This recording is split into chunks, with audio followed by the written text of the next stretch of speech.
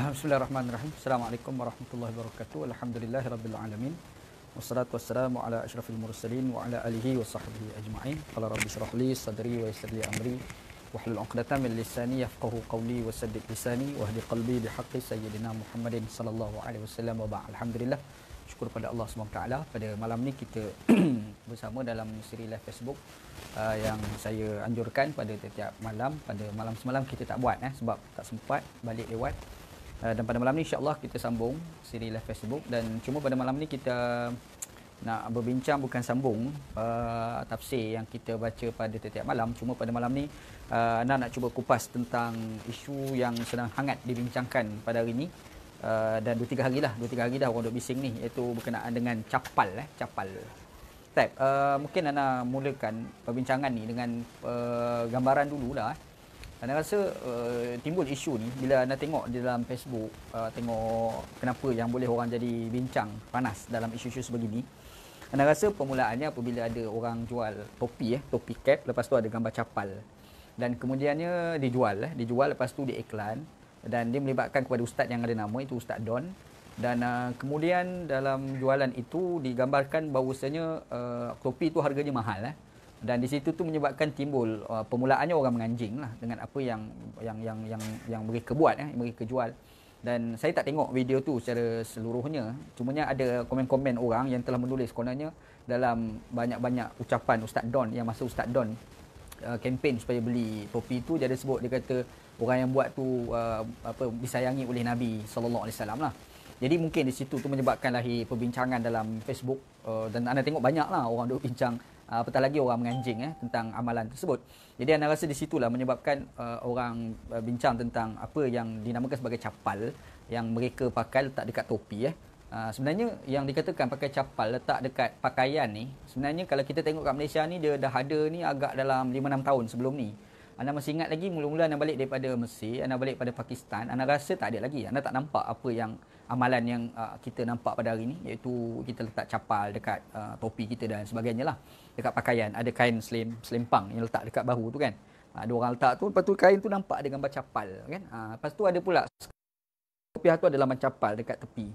Dan kalau kita tengok dalam budaya kita dekat Malaysia ni, banyak yang Ana rasa benda ni tak ada kalau kita tolak dalam 40 tahun, 20 tahun, 30 tahun, 10 tahun yang lalu.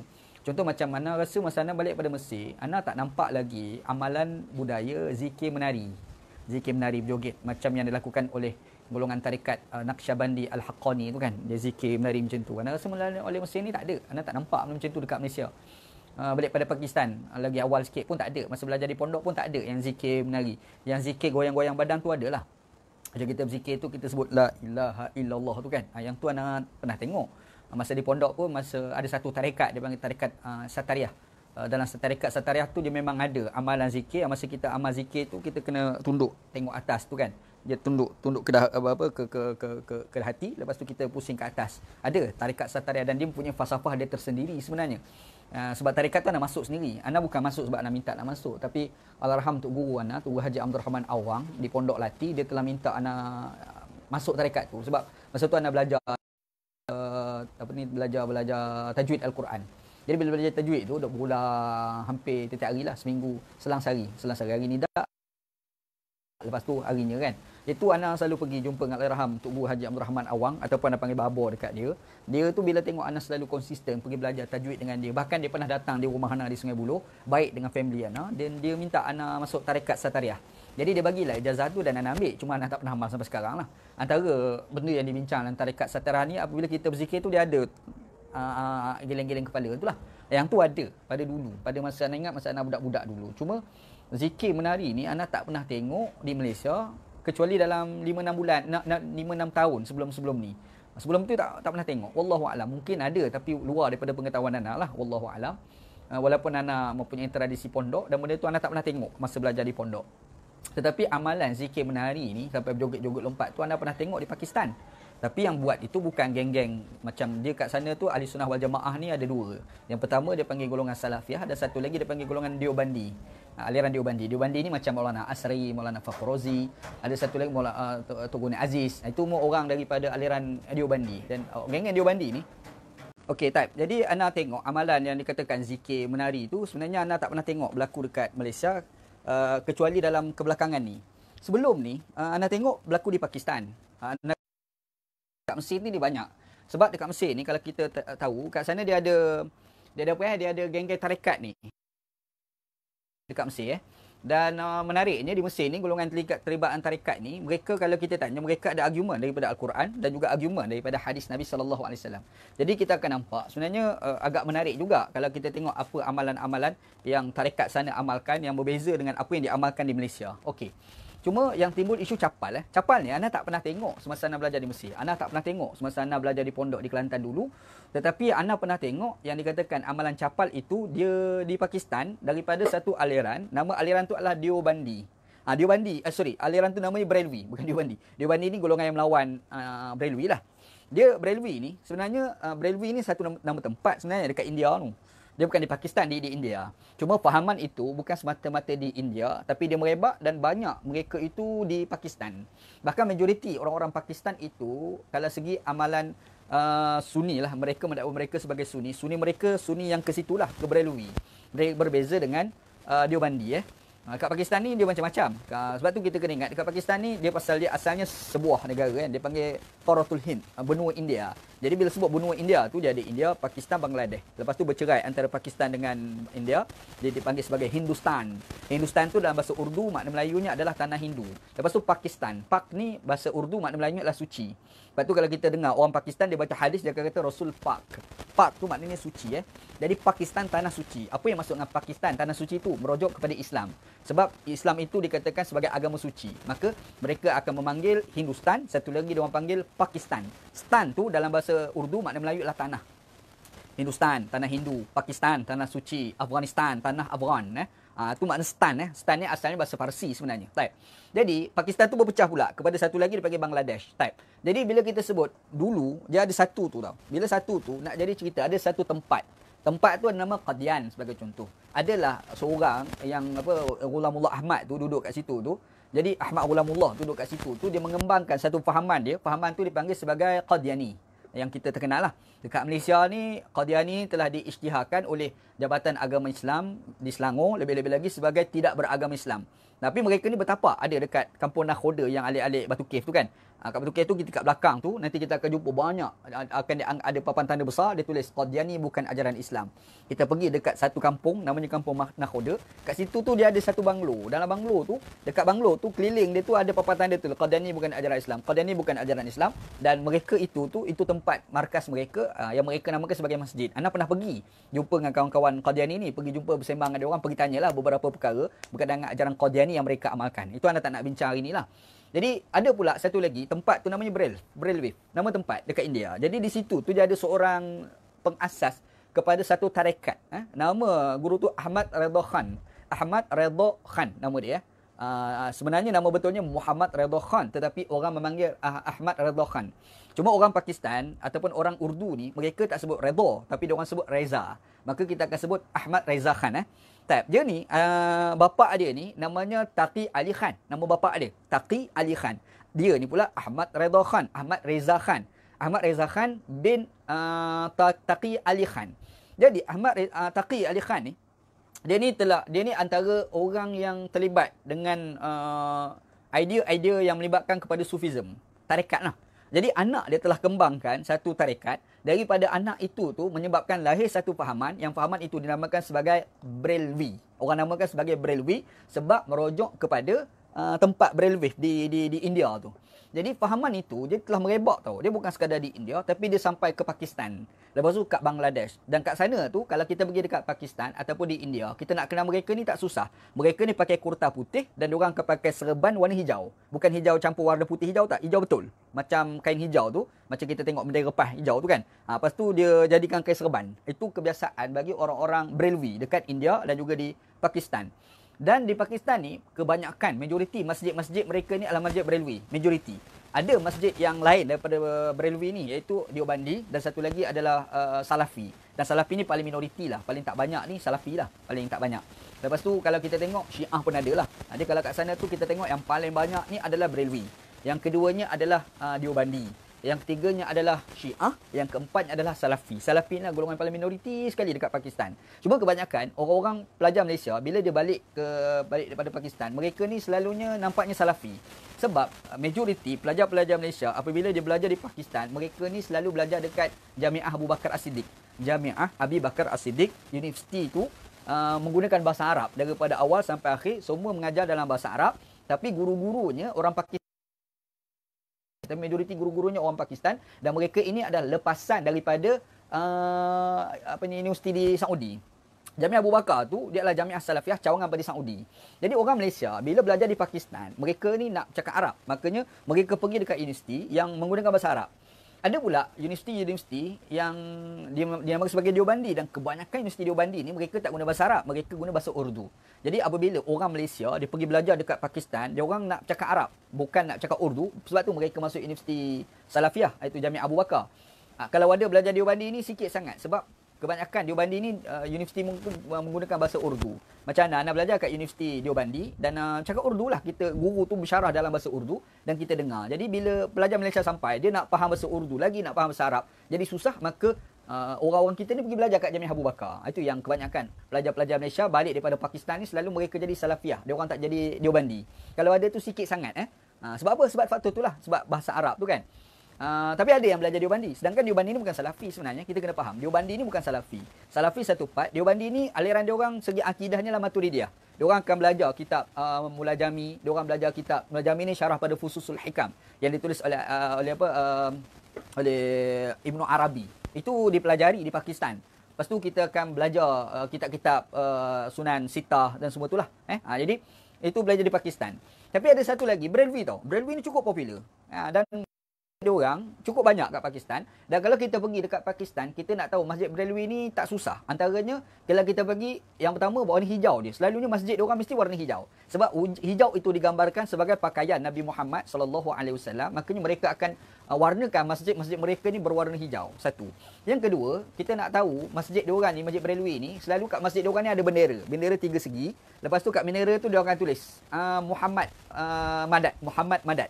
Dia berbeza dengan Syiah. Ada masjid Syiah pula. Dia selalunya masjid Syiah ni, dia ada gambar tapak tangan 5 jari macam tu. Lepas tu dia akan tulis Ali Madad, dia tulis. Ali Madad. Madad ni makna minta tolong. Minta tolong dengan Ali bin Abi Talib lah.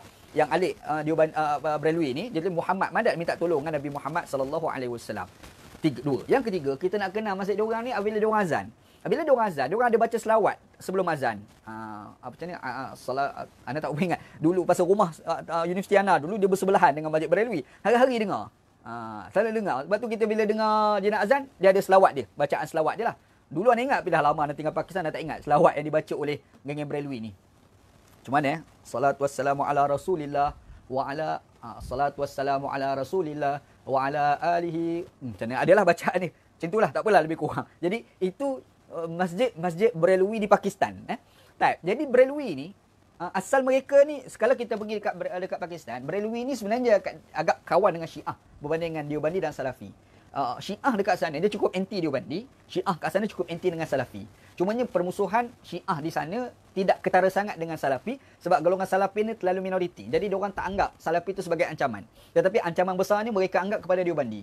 Sebab Deobandi ni agak ramai. Kalau kita nak kata Brelwi terlalu ramai. Tapi Deobandi ni dia bawah sikit berbanding. Bilangan dia tak ramai nak berbanding dengan Deobandi, Brelwi lah. Sampai itu paling sikit sekali kan. Jadi Deobandi ni Syiah menganggap sebagai ancaman. Adapun Brelwi, mereka ni agak kawan dengan Syiah. Sebab tu bila berlaku 10 Muharram sebagai contoh, orang-orang Syiah dia akan buat satu demo, himpunan angkat macam kita ni buat buat sambut Maulid Nabi tu kan. Kita buat sambut awal Muharram tu, selalu kita akan berarak ramai-ramai. Syiah pun macam tu sebenarnya di Pakistan.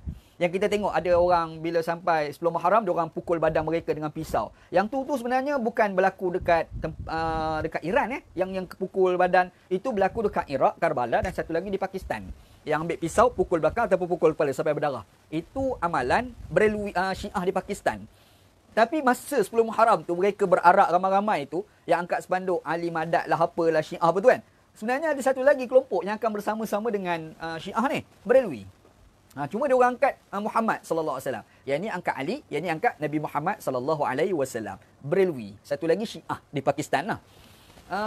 Deobandi tak. Deobandi ni dia golongan lain. Dan mereka ni lihat musuh kepada Berelwi. Mereka ni lihat sebagai musuh kepada Syiah. Sebab itu kalau kita tengok, orang yang balik daripada Pakistan, sama ada dua aliran je. Sama ada diorang tu Syiah, sama ada mereka itu adalah Salafi, ataupun mereka ni adalah Deobandi. Dan bila kita tengok, orang belajar di Pakistan, dua aliran ni kalau balik, dia agak ketat dengan Syiah. Sebab permusuhan itu agak ketara berlaku dekat Pakistan dululah. Kita tak nafikan, sebenarnya memang ada kelompok-kelompok orang Malaysia yang pernah belajar dekat Berelwi. Ada. Iaitu Arkam. Kita kena ingat, dulu ada Arkam. Sebelum Arkam diharamkan, ada pelajar-pelajar Malaysia, Arkam, belajar dekat Pakistan. Dan mereka belajar kat Universiti Berelwi. Ana mungkin boleh sebutlah antara orang yang belajar kat Universiti Berelwi, awal dulu, Allahyarham Ustaz Asri. Ustaz Asri penyanyi nasyid tu lah. Kumpulan Rabbani. Dia tu belajar dekat universiti di Pakistan. Namanya Jamiah Dirasat Al-Islamiyah. Jadi dia belajar kat Universiti Berelwi sebenarnya. Dan masa tu dia Arkam lah pada masa tu lah. Sebab Arkam dengan Berelwi memang agak dekat. Dia selalu angkat wacana yang samalah, mengangkat Nabi Muhammad SAW dan sebagainya. Jadi bila kita pergi dekat sana, bila kita tengok Berelwi kat sana, ana tengok kat sanalah yang mengangkat capal.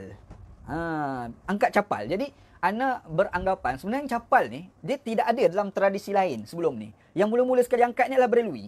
Berelwi yang angkat ni dan ditiru oleh di tempat-tempat lain, termasuklah di Malaysia dan juga di negara-negara Arab. Jadi negara Arab ni, dia orang asal tak angkat capal. Tapi angkat capal ni sebenarnya tiru daripada Berelwi. Berelwi ni datang daripada India dan cukup tersebar di Pakistan dan juga tersebar juga dekat Bangladesh. Itu anda nak cerita lebih kurang berkenaan dengan Berelwi lah.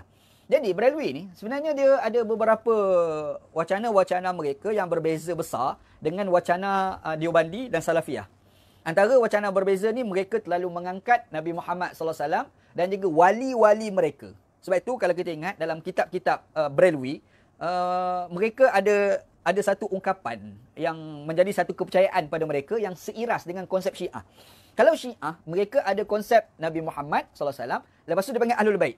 Ahlul Bait itu adalah daripada Ali bin Abi Talib, Fatimah, Hasan dan Husain. Mereka berhujah tu berdasarkan kepada ayat Quran tu lah. Hujah Syiah tu. Iaitu ayat Quran kata, Innama yuridullahu lidhiba ahlal bait wa yutahhirukum tathira. Allah Subhanahu wa taala mahu membersihkan Ahlul Bait dan membersihkan sebersih-bersihnya. Jadi mereka kata Ahlul Bait di sini siapa dia? Fatimah, Ali, Hasan, Husain.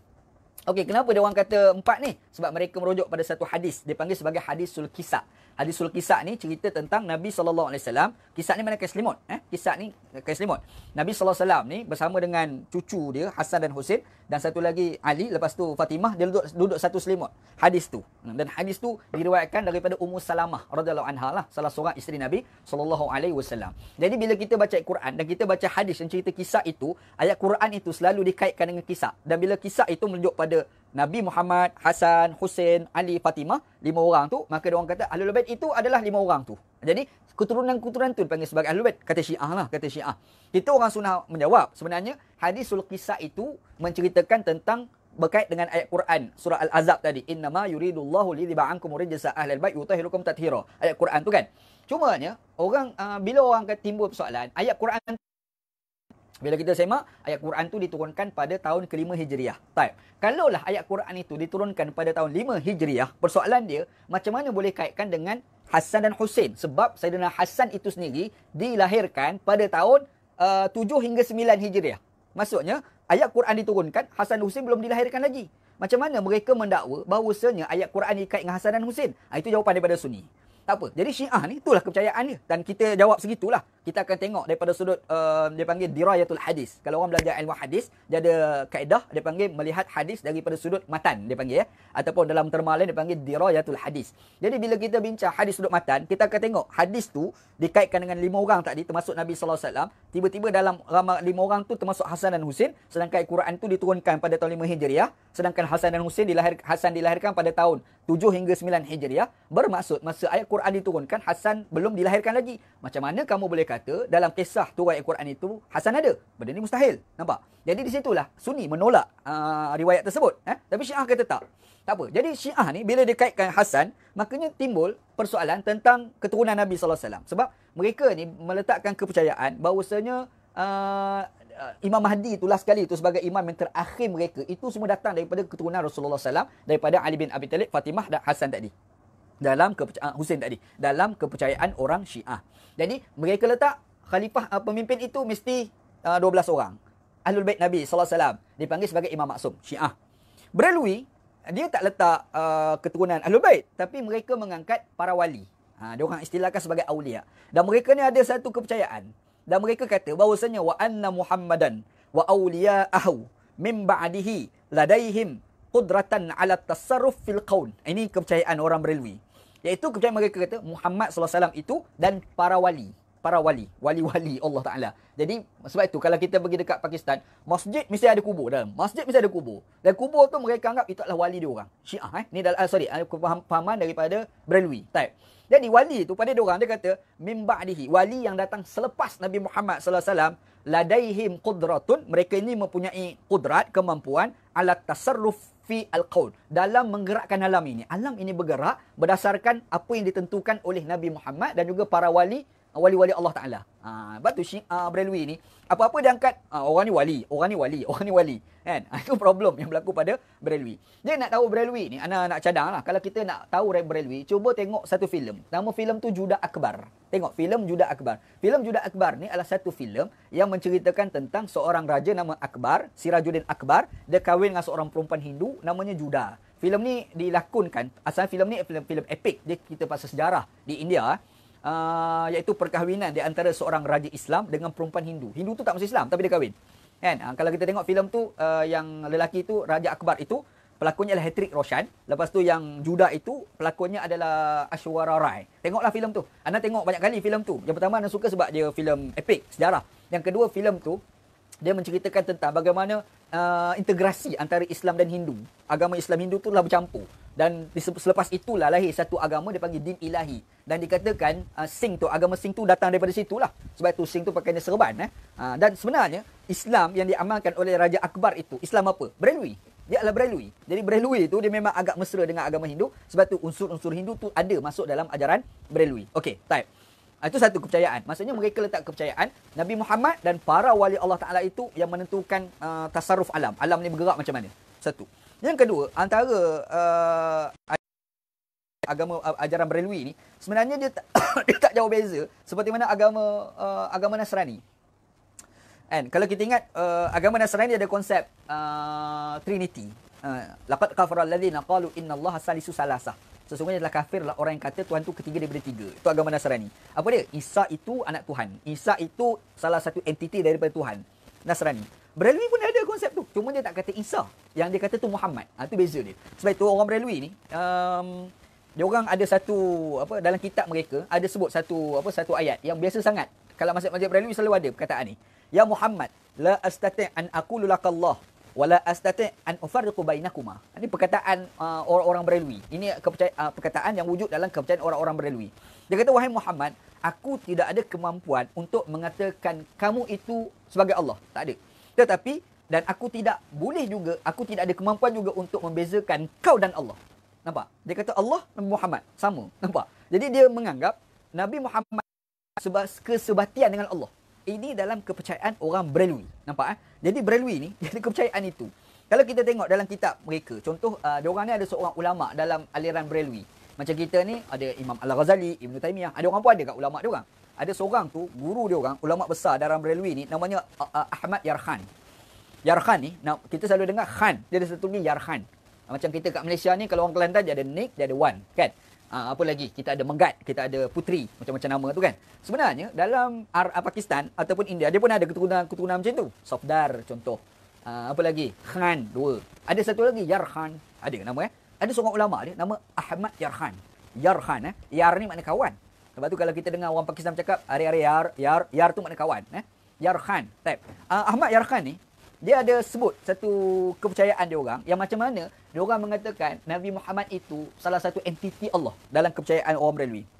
Dia orang kata innar rasul nurun min nurillah wa kullul khalaiq min nurihi. Perkataan dia orang kata Ahmad Yarkhan ni. Dia kata sesungguhnya rasul itu salah satu cahaya daripada cahaya Allah. Itu konsep Nur Muhammad tu. Salah satu cahaya daripada cahaya Allah wa kullul khalaiq, dan segala makhluk-makhluk ni min nurihi, daripada cahaya Muhammad sallallahu alaihi wasallam. Kita dengar konsep Nur Muhammad tu kan. Inilah sebenarnya asal fahaman itu datang daripada wacana Berelwi asalnya. Itu lebih kurang yang nak gambarkan tentang Berelwi. Jadi bila kita sebut Berelwi, rupa-rupa yang kita timbulkan pemahaman capal itu, dia datang daripada Berelwi itulah. Sebab itu kalau kita tengok orang-orang yang pro kepada capal ni, selalunya kadang-kadang guru-guru mereka suka pakai serban warna hijau betul. Hijau betul kan? Dia bukan hijau putih campur hijau, bukan. Ni kain hijau betul. Dia kat serban. Besar serban. Kita tengok macam Nizamuddin Al-Haqqani contoh. Nizamuddin Al-Haqqani, pengasas ke Naqsyabandi Haqqaniyah. Kan? Kita tengok guru dia tu, kan? Yang jambang lah apa. Tapi serban hijau. Sebab apa? Sebab mereka terpengaruh daripada itulah, daripada Ahmad Reza Khan. Iaitu pengasas kepada aliran Brelwi. Daripada India sampai ke Pakistan dan Bangladesh dan merebak seluruh dunia lah. Sekarang ni agak besar lah. Pahaman tu telah membesar sehingga kat Malaysia pun dah ada. Type.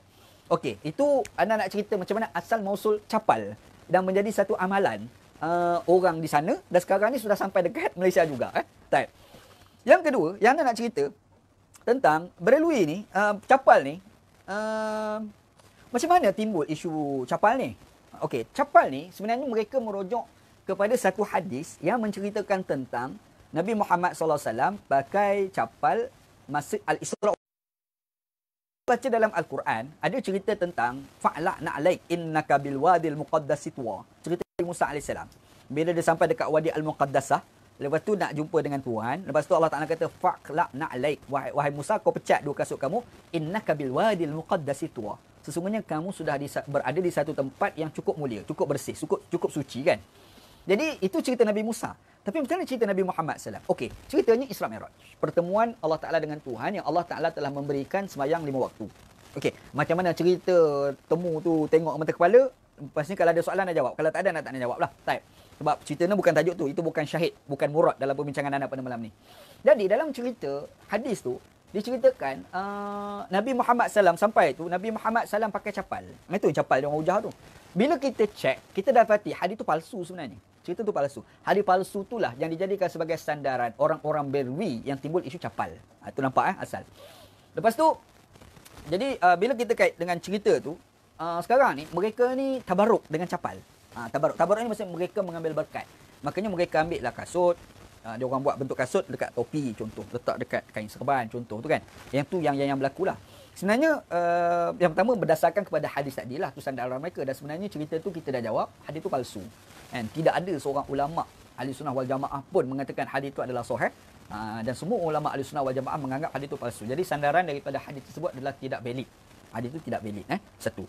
Yang kedua, mereka berhujah atas tajuk At-Tajalli. At-Tajalli ni maksudnya penampilan, macam mana nak sebut At-Tajalli. Konsep Tajalli ni macam ni. Tuhan itu, macam kita tengok pokok, kita ingat Tuhan. Jadi Tuhan itu sebagai manifestasi Tuhan. Maksudnya Tuhan tu hakikat dia macam mana kita tak tahu kan. Sekarang ni kita tengok pokok, kita ingat pada Tuhan. Nampak? Bila kita tengok pokok, kita ingat Tuhan, maka dikatakan pokok itu sebagai tajalli kepada Tuhan. Pernah tak kita fikir konsep ini tak jauh beza dengan Hindu? Tak ada beza. Cuba kita tanya orang Hindu, kenapa kau sembah Hanuman? Kenapa kamu sembah apa lagi? Krishna. Kan? Krishna ni patung yang kaki bersilang, ada pegang seruling. Itu patung Krishna. Yang tu disembah oleh orang Hindu. Kita tengok filem Hindustan tu kan, dia ada Krishna. Kalau dalam bahasa Urdu dia tak panggil Krishna. Krishna tu dalam bahasa Tamil. Dalam bahasa Urdu dia panggil Manmohana. Dia panggil. Manmohana tu patung Dewa Cinta. Dewa Cinta tu sebenarnya apabila orang Hindustan ni, bila orang India, orang Hindu ni dia bercinta, dia akan pergi pada patung tu. Dia akan sembah patung tu. Tapi kalau soal rezeki contoh, dia akan sembah patung. Patung tu apa nama patung tu? Tu yang dekat dekat Batu Cave yang besar tu kan. Patung tu lah, itu patung rezeki. Jadi sebab tu orang Hindu kadang-kadang bila dia contoh kalau anda pernah pergi dekat Setia Alam, anda tengok ada orang Hindu cuci kereta, lepas tu ada letak gambar patung tu. Apa nama patung tu? Dia letak patung tu, ada tanya kenapa you letak ini gambar? Dia kata ini patung rezeki. Jadi rupa-rupa dia mempercayai Ar-Razzaq itu, Tuhan yang Maha rezeki itu melalui patung tu lah. Dan bila kita tanya dia orang percaya tak Allah? Dia orang kata dia percaya Allah. Anda pernah tanya kawan anda yang beragama Hindu, sebenarnya sebutan Allah itu ada dalam kitab-kitab dia orang. Ada. Tetapi sebutan Allah itu dia tak macam yang kita sebut. Sebab dia orang sebut tu berbunyi Tamil tu. Macam kita dengar orang Kelantan cakap Arab, bunyi Kelantan macam tu. Orang Pakistan, orang Terengganu cakap Arab, cakap orang putih, bunyi Terengganu. Macam itulah lebih kurang kan. Jadi begitu ke orang Tamil, bila dia sebut Allah, bunyi Tamil tu kita tak perasan. Tapi kalau kita dengar hayati betul, ni kalimah Allah. Jadi rupa-rupanya mereka mempercayai Allah. Jadi bila dia orang mempercayai Allah, dia membenarkan apa yang Allah Taala kata, la in sa'altahum man khalaqas samawati wal ard la yaqulanna Allah.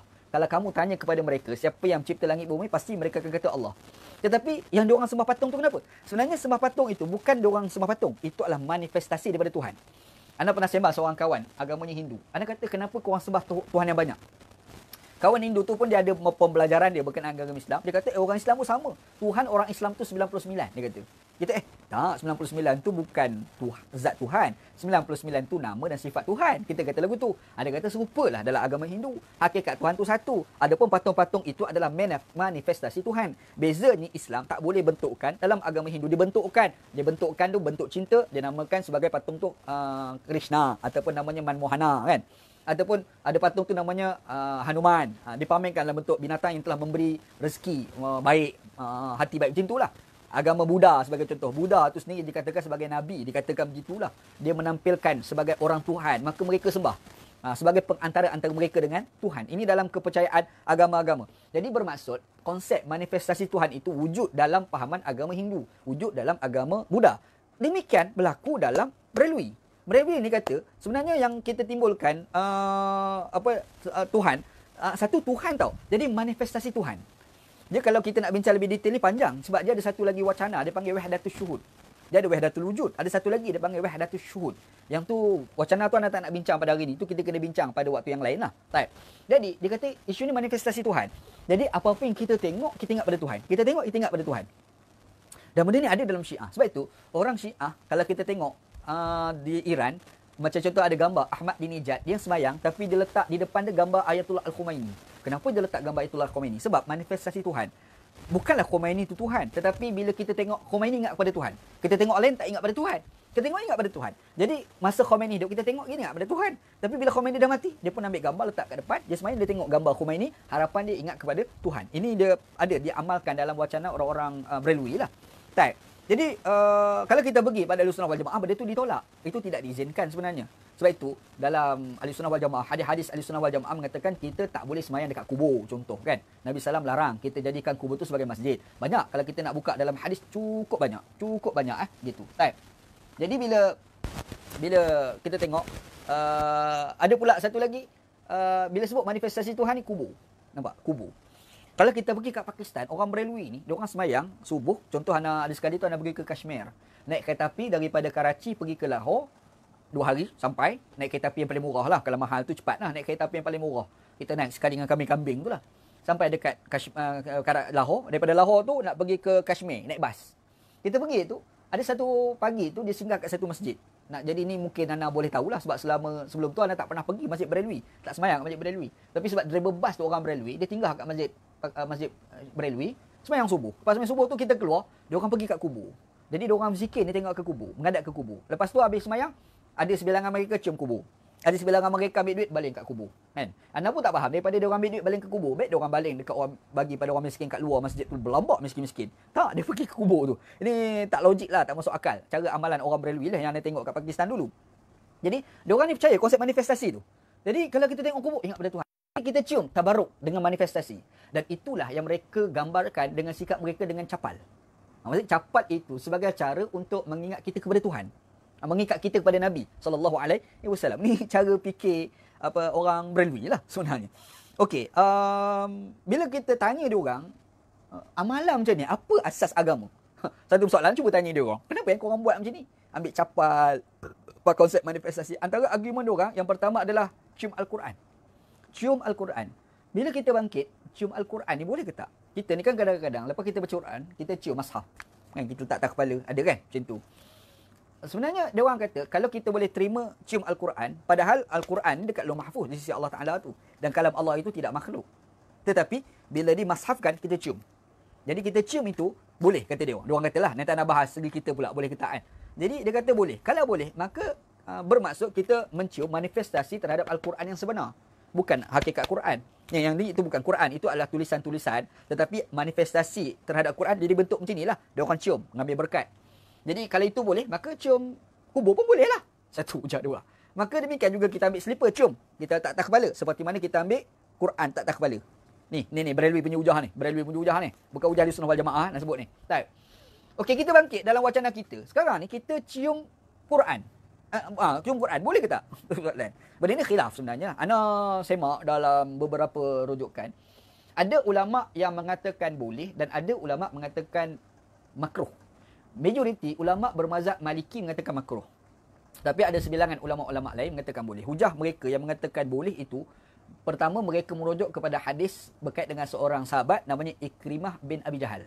Abu Jahal tu bapak dia kafir. Ikrimah tu masuk Islam, sahabat Nabi. Jadi Ikrimah ni dia ambil Quran dan dia letak Quran kat muka dia macam tu. Dia letak, lepas dia kata haza kitab Rabbi 2 kali. Dia kata ini kitab Tuhanku. Ini adalah kitab Tuhanku. Jadi hadis itulah dijadikan sandaran mengatakan bahawasanya ulama-ulama yang mengatakan bahawasanya boleh kita cium Al-Quran. Satu. Tapi orang yang mengatakan tak boleh pula, contoh macam mazhab Maliki, terutamalah mazhab Maliki yang paling ketara sangat mengatakan kalau boleh pun makruh. Maksudnya lebih afdal tidak cium Quran. Mereka berhujah dengan perkataan Umar bin Al-Khattab. Yang tadi pun sebenarnya bukan amalan Nabi, itu amalan yang dilakukan oleh sahabat. Jadi hadis itu dipanggil hadis mauquf, bukan hadis marfu'. Hadis itu tidak dikait dengan Nabi. Wahyu ni Allah, Rasul. Sahabat ni bukan sumber wahyu. Sahabat hanya menceritakan apa-apa yang disampaikan oleh Nabi. Tetapi ada benda tu dia panggil amalan sahabat ataupun ijtihad sahabat. Ijtihad sahabat itu bukan wahyu tetapi boleh diterima dan boleh ditolak. Okey, itu sebut pasal hadis Ikrimah tu, itu hadis mauquf. Serupa juga dalam isu yang melibatkan kepada cium Al-Quran yang merujuk pada Sayyidina Umar. Orang yang mengatakan tak boleh, dia kata Umar bin Al-Khattab ni radhiyallahu an, dia pernah sebut ketika dia cium Hajarul Aswad. Dia kata apa? Dia kata wallahi inni la a'rifu annaka al-hajar. Kata Umar, dia kata masa dia cium Hajarul Aswad, dia kata demi Allah, sesungguhnya aku tahu kau ni batu sebenarnya. Ni batu, Hajarul Aswad kau ni batu. Kan? La tadurra wa la tanfa, yang tidak boleh memberi manfaat dan juga tidak boleh memberi mudarat. Dia kata lau anni ra'aitu Rasulullah sallallahu alaihi wasallam qabbalak ma qabbaltuk. Kata Umar. Umar kata kalaulah tak kerana aku pernah melihat Nabi Muhammad cium kamu, sudah pasti aku takkan cium kamu. Disebabkan aku tengok Nabi pernah cium batu Hajarul Aswad, maka aku cium Hajarul Aswad. Jadi bermaksud isu jamadat, benda-benda yang jamadat ni benda-benda yang ni lah, benda-benda beku ni, benda-benda yang tidak cair ni kan, jamadat ni, batu, mashaf, apa lagi? Apa-apalah, kita dikira sebagai bawah kategori at-tauqifi. Satu benda yang tidak boleh dibuat kecuali ada wahyu yang kata boleh buat. Sama ada wahyu itu Quran kata ataupun Nabi Muhammad SAW buat. Itu argument dia. Makanya mazhab Maliki mengatakan kalau sekiranya Umar bin Al-Khattab radhiyallahu an, khalifah Islam yang kedua, terkenal dengan kehebatan ilmunya, yang Nabi Muhammad SAW kata kalau ada Nabi lah, andai-andai kalau ada Nabi sungguh lepas aku ni, Umar lah Nabi, walhal tak ada Nabi dah, last kali Nabi Muhammad SAW, Umar tu lah Nabi tu. Kalau nak kira ada orang Nabi, padahal tak ada dah. Maksudnya Nabi mengiktiraf kehebatan ilmu yang ada pada Umar bin Al-Khattab radhiyallahu an. Tiba-tiba kalau tak kerana Hajarul Aswad ni aku tengok Nabi cium, aku pun tak kelapar nak cium. Tapi sebab Nabi cium, aku cium lah. Dia maksudnya tauqifi, ikut ittiba. Apa yang Nabi Muhammad buat, baru kita boleh buat. Kalau Nabi tak buat, tak boleh buat lah. Maka demikianlah tajuk cium kubur. Boleh ke tidak? Soalan. Jadi kata yang dengan majoriti ulama ni kata, cium kubur ni, cium mashaf. Cium mashaf dulu. Cium mashaf ni boleh ke tak? Dia kata tak boleh lah. Sebab ada tak teks Quran ataupun hadis yang nampak Nabi sendiri cium mashaf? Tak ada. Bila tak ada, maka tak boleh. Ini hujah pandangan yang kedua. Jadi di sini kita akan nampak yang kata boleh ni pandangan. Ada pula yang kata boleh tu pun dia kata dalam keadaan makruh. Jadi afdal tak cium mashaf. Afdal tak cium mashaf. Makanya bila afdal tak cium mashaf, pergilah pada tajuk cium kubur. Lagi-lagi tak boleh. Sebab tajuk dia tauqifi. Apatah lagi bila sebut kubur, dia ada kaitan dengan beberapa hadis Nabi SAW. Antaranya, Nabi SAW dia pernah menyatakan bahawasanya Allah Ta'ala melaknat kepada orang Yahudi apabila mereka menjadikan kubur sebagai masjid. La'anallahu al-yahuda wan nasara an yaj'alu qubur anbiya'ihim masajid. Atau kama qala Nabi, hadis riwayat Imam Muslim. Nabi SAW pernah kata Allah Ta'ala laknat orang-orang Yahudi itu yang mereka telah menjadikan kubur para nabi mereka sebagai masjid. Nampak? Dia kubur. Jadi kubur ni ada tajuk tau. Jadi di situ kita akan nampak bahawasanya bila orang nak kiaskan antara cium mashaf dengan cium kubur, dia ada problem. Apatah lagi, mereka pergi kiaskan lagi jauh, cium capal. Cium capal. Yang tu yang timbul tu. Okey, ada tak yang kata boleh? Adalah, beralui lah. Ahlussunnah wal Jamaah tak ada seorang pun kata boleh. Jadi kalau kita pergi kepada beralui, memang boleh. Tapi kalau kita pergi kepada yang aliran bukan beralui ni, memang kita tak boleh. Jadi di sini kita akan nampak yang kita timbul isu capal tak capal ni, dia ada kaitan tu. Okey, anda rasa agak faham sikit lah kan benda macam ni. Okey, yang seterusnya berkenaan dengan ni juga. Okey, kubur anda dah komen dah. Hmm.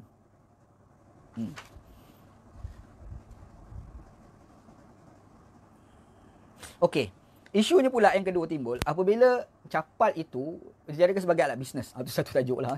Okey. Alright. Sebenarnya macam mana isu dia sebenarnya satu tajuk ulama khilaf mungkin. Tetapi macam mana khilaf itu telah dikembang-kembangkan jadi satu peluang bisnes. Okey. Pernah tak kita fikir macam contoh wacana menyedekahkan bacaan Al-Quran kepada si mati? Boleh ke tidak? Anda dah pernah bincang sebelum ni. Sebenarnya ulama khilaf dalam isu ni. Ada ulama kata boleh, ada ulama kata tak boleh. Antara ulama yang mengatakan menjedekahkan bacaan Al-Quran kepada si mati itu sampai adalah Al-Imam Ibn Taymiyah. Antara kata boleh lah. Imam Nawawi kata boleh. Tak apalah, beberapa orang ulama kata boleh. Bila dia kata boleh, boleh je lah. Tapi masalah kita telah panjangkan tajuk. Kalau boleh, jadi kita upahlah kepada orang-orang baca Quran untuk si mati. Yang tu jadi isu tu. Kan? Macam kat Brunei tu ada orang pasang MP3 Quran dekat kubur. Lepas tu dia buat guna tenaga solar.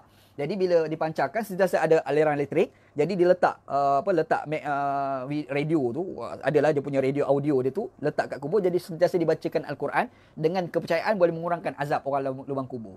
Nampak? Dia implikasi dia pergi jauh macam tu. Implikasi 1, implikasi 2, implikasi 3. Maka demikianlah apabila orang timbul tentang capal tu. Capal tu dia pergi pada situlah. Anda nampak di situ tu yang jadi orang marah tu. Satu. Yang kedua, bila kita sebut capal tu dipakai oleh Nabi. Jadi bila kita ambil capal itu jadikan sebagai jenama, maka di situ kita telah berbangga dengan Nabi Muhammad sallallahu alaihi wasallam dan berbangga itu menyebabkan kita dapat pahala. Kerana jenama ni capal. Lepas tu buat bentuk. Bentuk itu tak semestinya tepat tahu. Sebab capal yang dikatakan tapak kaki Nabi, tapak kasut Nabi Muhammad yang dijumpai itu, antara satu tempat dengan tempat lain ni pelbagai bentuk. Ada orang claim jumpa dekat Turki, Museum Turki simpan. Ada lain. Ada tempat lain pula nampak lain. Mana satu yang betul, Allahu a'lam. Tapi dia orang buat lah. Isunya dia orang buat. Okey. Jadi dia orang buat tu satu tajuk. Jadi bermaksud di sini membentukkan bentuk itu sebagai capal, dan itulah capal Nabi Muhammad sallallahu alaihi wasallam. Itu pun ada problem. Sebab dia tidak ada satu riwayat yang dipercayai, yang betul-betul dipercayai mengatakan capal Nabi bentuknya begitu. Semua tu terikat kepada kritikan lagi. Betul ke macam ni? Ada orang kata bukan macam ni, bentuk dia macam ni. Pelbagailah. Sudah ada problem. Kita bentukkan, kita buat bentuk macam tu, kita lukis-lukis menjadi macam logo. Lepas tu kita kata bila kita pakai logo capal itu, kita ingat kepada Nabi dapat pahala. Pernah tak kita fikir antara amalan Nabi Muhammad dahulu, Nabi bermusafir, Nabi naik unta. Jadi kalau kita pakai seluar jeans, ada camel, apakah itu dikatakan sebagai dapat pahala? Maka demikian juga orang pergi buat topi. Nabi bukan pernah pakai topi. Cap itu kita je pakai, tempat lain tak pernah ada pun. Nabi kita pakai cap. Lepas tu ada gambar capal. Kita bukan dapat pahala khusus ni. Maka demikian jugalah kita boleh kata orang pakai seluar jeans itu pun dapat pahala lah. Sebab Nabi Muhammad naik unta. Nabi SAW naik unta. Camel lah kan. Nabi naik camel. Lepas tu kita pakai seluar ada jenama camel. Seluar jeans camel. Ini sudah ikut sunnah. Kalau ikutlah. Jadi sebab itu, wacana yang mengatakan pakai cap ada gambar camel, ini dapat pahala, dia ada implikasi hukum yang cukup tidak konsisten. Cukup jadi masalah. Sebab kalau kamu kata pakai cap ada lambang camel, maka itu sudah gambar capal, maka itu sudah dapat pahala. Maka demikian juga kalau kamu pakai seluar jeans yang ada gambar camel, itu pun boleh dapat pahala jugalah. Tapi masalah mereka kata, tak, seluar jeans tidak dapat pahala. Pakai cap yang ada tu pula dapat pahala. Di situ kita akan nampak ada problem pada penafsiran agama jika mereka meletakkan kepercayaan itu. Nampak jadi anda rasa nak pakai cap atas bobo gambar capal tu dia punya pasal lah. Kok dia nak pakai kan. Cumanya janganlah kaitkan dengan Nabi. Itu masalah dia. Jangan kaitkan dengan Nabi Muhammad sallallahu alaihi wasallam. Sebab itu kita ni kalau nak sayang Nabi, anda rasa tindakan yang paling betul ni adalah kita buat apa yang Nabi suka. Itu yang betul. Analogi ni anda pernah buat banyak kali. Contoh, kita sayang bini kita. Mestilah kita buat satu benda yang bini kita sayang. Bukan benda yang kita rasa bini kita sayang. Anda buat misal contoh. Bini kita suka makan udang. Contoh, kita suka makan sotong. Kita pergi dekat pasar, kita beli sotong. Kita pun balik. Masa kita beli tu, kenapa beli sotong banyak ni? Bini aku suka sotong. Betul ke bini suka? Tak tahu lagi. Dia tak tahu. Dia tak tahu bini suka sotong ke tidak. Tapi dia beli sotong banyak. Dia balik rumah, bini tanya, apa beli sotong banyak abang? Inilah tanda sayang aku pada engkau, kata lelaki kepada bini. Bini kata, saya tak suka makan sotong, saya suka makan udang. Contoh. Bukankah kita telah melakukan satu tindakan yang salah dalam menampilkan sikap cinta kita kepada bini kita? Makanya yang betulnya kita mesti melakukan tindakan yang betul-betul menampilkan cinta kita tu sesuai dengan apa yang bini kita dapat. Baru betul. Kalau bini kita suka benda lain, kita rasa-rasa bini kita suka kot. Maka itu bukan cara cinta yang sebenar. Cara cinta sebenar adalah kita melakukan perkara yang bini kita suka. Itu betul. Sekarang ni, kita rasa kita buat cap, letak gambar capal, kita rasa Nabi sayang. Betul ke? Soalan. Betul ke? Tak ada bukti. Tak ada bukti mengatakan yang kita buat itu Nabi Muhammad sallallahu alaihi wasallam sayang. Tak ada bukti langsung. Tak ada bukti langsung. Maka kita telah melakukan satu tindakan ni tidak berasaskan kepada fakta agama. Kita melakukan satu benda tu tidak berasaskan kepada fakta Nabi Muhammad sallallahu alaihi wasallam. Kita hanya melakukan atas sengkaan-sengkaan, dugaan-dugaan. Apa lagi? Khayalan-khayalan, khayal-khayal kita. Agak-agak macam ni kot, agak-agak. Tak boleh. Agama ni dia bukan berasaskan kepada agak-agak. Agama ni mesti berasaskan kepada apa Quran kata, apa yang hadis Nabi sallallahu alaihi wasallam kata. Jadi, ana nak bangkitkan apabila kita sebut berkenaan dengan cara cinta Nabi Muhammad, kita kena buat apa yang dilakukan oleh Nabi Muhammad sallallahu alaihi wasallam. Okey, itu satu. Yang kedua, nak perhabis terus. Maulid Nabi sallallahu alaihi wasallam. Okey. Segi sejarah yang kita jumpa, pemula bagi amalan Maulid Nabi ini adalah dinasti Fatimiyah di Mesir. Al-Azhar tu, Universiti Al-Azhar itu, dulu tu bukan nama Universiti Al-Azhar. Dulu tu namanya Az-Zahra. Era Fatimiyah. Salahuddin Al-Ayyubi dia kalahkan Syiah dekat Mesir. Jadi dinasti Fatimiyah jatuh, naik dinasti Ayyubiyah. Ayyub, Salahuddin Al-Ayyubi itulah. Jadi dia telah tukar daripada Universiti Al-Zahra itu kepada Al-Azhar. Jadi orang Sunni masuk dalam tu. Type jadi Azhar. Maka dinasti Fatimiyah itu yang dikatakan pemula bagi amalan Maulid Nabi sallallahu alaihi wasallam. Tapi bila kita tengok benda tu dah melata, dah diterima ramai, makanya timbul persoalan, sambut Maulid Nabi sallallahu alaihi wasallam ni boleh ke tidak? Kalau kita tengok orang aliran-aliran Salafiyah ni ramai tolak lah, kita tak setuju. Ana nak bangkitkan 2-3 perkara. Yang pertama, kita selalu sambut Maulid Nabi 12 Rabiul Awal.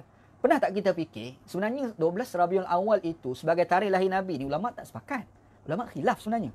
Habis-habis haprak, kita baca kitab Ar-Rahiqul Makhtum. Dia tak kata 12 Rabiul Awal. Tak silap mana dalam kitab tu kata Nabi Muhammad lahir pada bulan Ramadan. Maksudnya, segi pembuktian, segi penentuan tarikh lahir Nabi 12 Rabiul Awal itu tak sepakat. Tetapi kalau sebut tarikh wafat Nabi 12 Rabiul Awal itu semua sepakat. Kita ni kata sambut Maulid Nabi mesti 12 Rabiul Awal. Takut-takut kita bukan sambut Maulid Nabi, kita sambut kewafatan Nabi sallallahu alaihi wasallam. Satu. Yang kedua, orang pandangan ulama Ahlussunnah wal Jamaah pula berkenaan sambut Maulid Nabi. Anda tengok ada 3 pandangan. Setelah duk tengok semua pengujahan, anda rasa ada 3 pandangan ulama dalam isu sambut Maulid Nabi sallam. Yang pertama yang kata tak boleh langsung, mutlak tak boleh. Itu kebanyakan ulama-ulama daripada Saudi tak setuju. Yang kedua, ulama-ulama yang mengatakan boleh secara mutlak. Antaranya Al-Buti. Dia kata boleh, tak ada masalah. Boleh sambut Maulid Nabi sallallahu alaihi wasallam ni. Kenapa boleh? Antara hujah mereka merujuk kepada satu hadis Nabi sallallahu alaihi wasallam yang Nabi Muhammad sallallahu alaihi wasallam ni berpuasa pada hari Isnin. Makanya sahabat Nabi tanya kepada Nabi sallallahu alaihi wasallam, kenapa mesti puasa hari Isnin? Lalu Nabi Muhammad sallallahu alaihi wasallam kata, fihi wulidtu, pada hari Isnin itulah aku dilahirkan. Jadi dia sebabkan Nabi kata fihi wulidtu, pada hari itu aku dilahirkan. Jadi di situ maksudnya Nabi telah merayakan kelahiran Nabi sallam, Maulid Nabi sallallahu alaihi wasallam, caranya berpuasa. Ini argumen mereka lah. Cuma itu pandangan yang kedua yang mengatakan boleh Maulid Nabi. Pandangan yang pertama yang kata tak boleh tu, dia argue balik. Dia kata hadis itu, syahid dia, poin utama dia ataupun kita panggil murad hadis tu, dia bukan cerita berkenaan dengan kebanggaan Nabi Muhammad sallallahu alaihi wasallam kelahiran tu. Tapi hadis tu menceritakan tentang kelebihan puasa hari Isnin. Tu cerita dia. Jadi puasa hari Isnin Nabi berbangga, maka Nabi kenapa? Jawapannya berbangga kerana hari itu Nabi sallallahu alaihi wasallam dilahirkan. Bahkan dalam sambungan hadis tu Nabi Muhammad kata fihi bu'istu, pada hari itu juga aku dilantik menjadi nabi. Nampak? Jadi kenapa diambil daripada part kelahiran tapi tak tengok pada hari Isnin juga Nabi sallallahu alaihi wasallam itu dibangkitkan menjadi nabi. Jadi kalau kita nak fokus daripada sudut Maulid, patut tiap hari Senin lah kita berbangga. Patut macam itulah. Kenapa kita nak pada 12 Rabiul Awal? Nampak? Ini hujah yang pertama menjawab hujah yang kedua. Hujah yang kedua kata fihi wulidtu, hari tu aku dilahirkan, sebab tu kita kena sambut. Sebab Nabi Muhammad berbangga dengan hari kelahiran dia, kan? Jadi yang pertama kata, kalau macam tu tiap minggu lah kita kena sambut, sebab tiap minggu ada hari Senin. Nampak? Ni argument dia orang lah. Yang ketiga, ulama yang mengatakan boleh, tetapi boleh itu diikat dengan syarat. Antara Yusuf Al-Qaradawi. Yusuf Al-Qaradawi ada, kalau tengok YouTube dia ada syarahan ni. Qaradawi kata sambut Maulid Nabi ni boleh sebenarnya.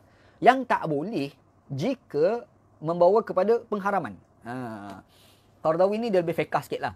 Sebab dalam fiqh ni, dia hukum ni terbagi pada dua. Satu dia panggil al-hukmu li dzatih, satu lagi dia panggil al-hukmu li ghairih. Contoh, Apa hukum pakai furdah? Harus. Tapi kalau pakai furdah, kalau tak pakai furdah boleh menyebabkan fitnah, maka pakai furdah yang harus bertukar jadi wajib. Kalau pakai furdah dengan tujuan nak elak daripada orang kenal ketika mencuri, pakai furdah boleh jadi haram pula. Hukum di dzatih adalah harus, dia boleh berubah kepada haram, dia boleh berubah kepada wajib. Qaradawi melihat Maulid Nabi begitulah. Dia kata asal bagi Maulid Nabi SAW itu adalah harus, kata Qaradawi. Sebab dalam itu memperingati perjuangan Nabi SAW. Apa lagi? Banyaklah kan? Okey. Cuma yang tak boleh tu apabila kita masuk elemen-elemen yang haram. Contoh dalam maulid tu ada campuran. Contoh ada elemen-elemen ikhtilat. Contoh macam-macam lah. Jadi arak ke apa tu pulang lah. Tari menari dan sebagainya. Jadi disebabkan ada campuran itulah mereka mengatakan tak boleh. Tapi kalau tak ada elemen itu, hukum asal sambut Maulid Nabi SAW itu adalah harus. Ini pandangan Yusuf Al-Qaradawi. Maksudnya, Ana secara peribadi bila melihat penghujahan-penghujahan dalam isu Maulid Nabi SAW ni, Ana simpulkan ada 3 pandangan. Yang pertama yang mengatakan hukumnya adalah boleh secara mutlak. Yang kedua kata haram secara mutlak, bid'ah. Pada mereka bid'ah lah. Ini kebanyakan pandangan ulama-ulama Saudi. Yang ketiga dia kata tak, yang dia kata hukum asalnya boleh. Tetapi jangan ada unsur-unsur tertentu. Kalau ada unsur-unsur yang tertentu yang haram ni, barulah hukumnya adalah haram. Itulah lebih kurang yang nak bincang berkenaan dengan isu capal dan juga kaitan dengan Maulid Nabi SAW. Cuma ada satu yang simpul. Sayang Nabi, kita kena buat apa yang Nabi suka. Dan confirm benda tu Nabi Muhammad SAW suka. Itu yang rasa, itu pandangan Ana dalam isu bila kita bangkitkan macam mana kita sayang Nabi Muhammad SAW. Gitu. Cukuplah. Wallahu a'lam. Okey, kita tengok. Ada soalan pertanyaan tak? Sila. Wallahu a'lam.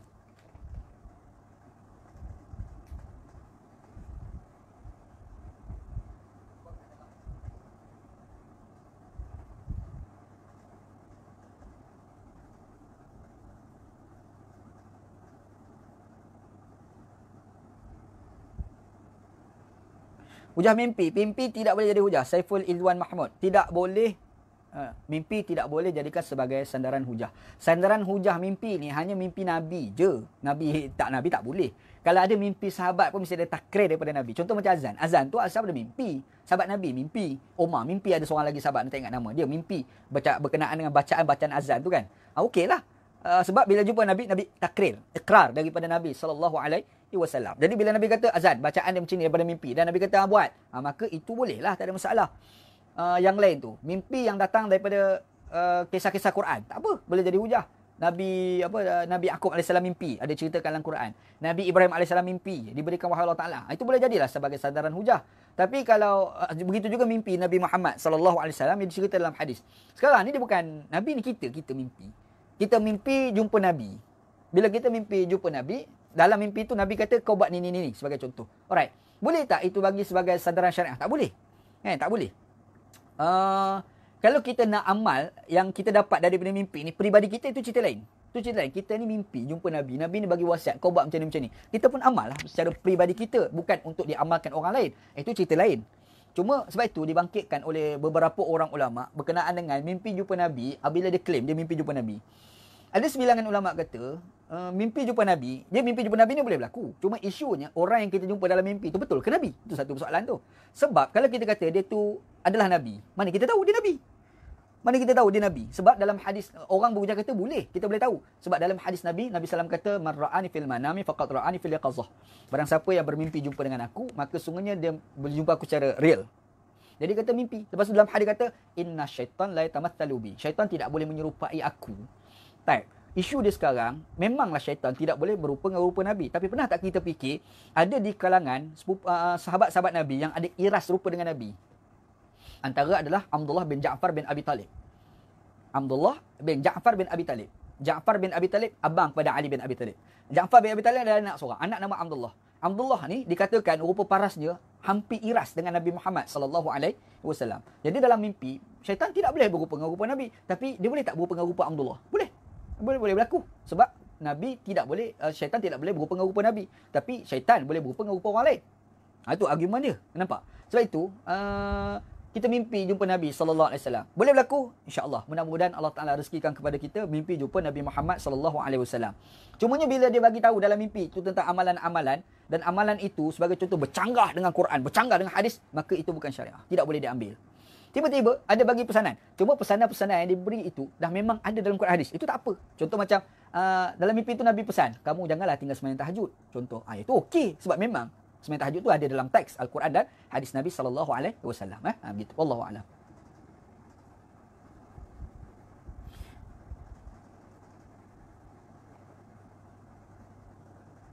Okey. Si siapa ni? Suruhan keimanan dia buat kesimpulan 3. Jauhi amalan-amalan yang kurang tepat dari segi hujah Quran dan hadis. 2. Tarikh 12 Rabiul Awal bukan tarikh yang muktamad bagi kelahiran Nabi sallallahu alaihi wasallam. Hukum menyambut Maulid Nabi terdapat khilaf. Ni kesimpulan. So bolehkan kita puasa Isnin dengan niat nak sambut Maulid? Itu sabit dalam hadis Nabi sallallahu alaihi wasallam. Jadi buat macam Nabi Muhammad bangga itulah. Sebab tu sahabat Nabi kenapa bersungguh sangat Nabi puasa hari Isnin? Nabi kata fihi wulidtu, hari tu aku dilahirkan. Wa fihi bu'istu, hari tu juga aku dilantik menjadi nabi. Tafadhal, tafadhal. Sayang Nabi buat apa yang Nabi suka. Alhamdulillah, jelas apa Ustaz terangkan. Minta Ustaz explain tentang uruf.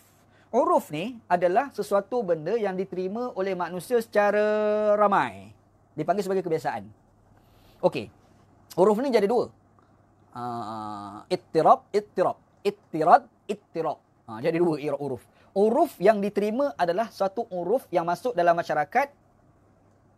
Bukan macam mana ittirab. Benda ni Imam Sayuti pernah bahas dalam kitab dia Al-Ashbah wan Nadhair.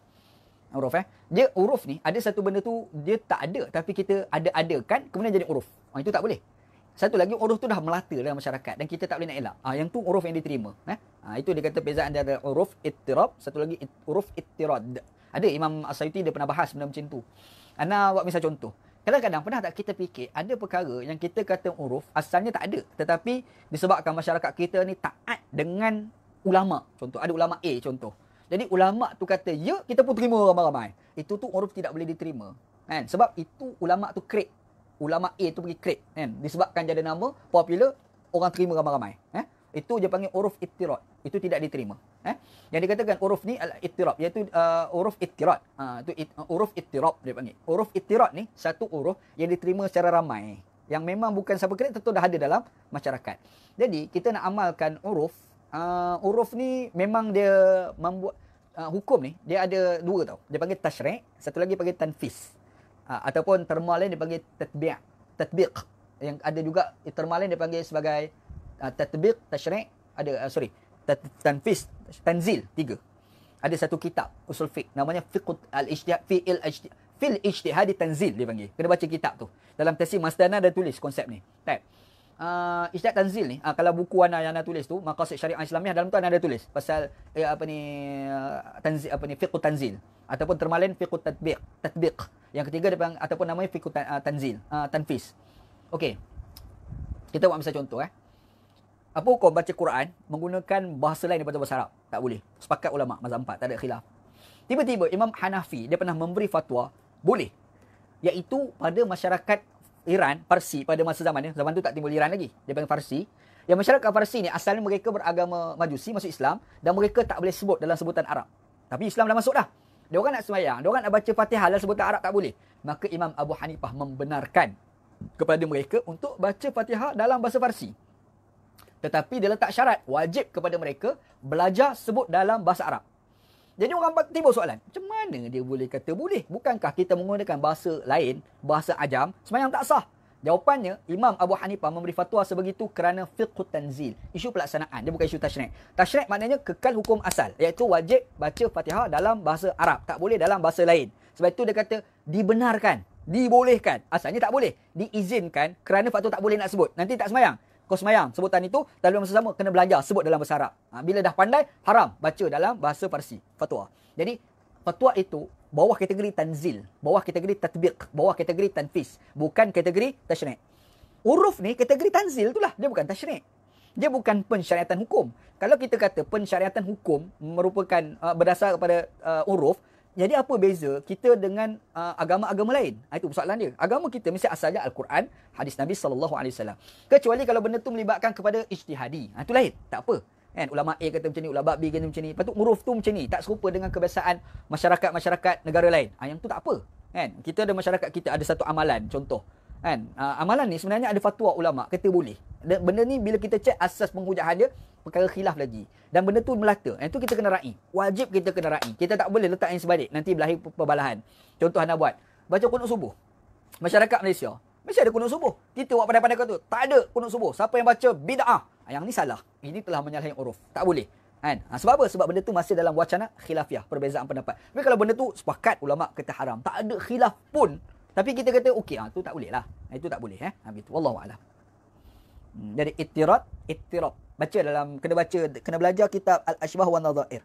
Ada satu tesis, ana ada tesis berkenaan dengan uruf je. Panjang lebar dia cerita pasal uruf, ada kitab. Ana pernah bentang kot dalam live Facebook ana sebelum ni. Pasal uruf je gitu. Wallahu a'lam.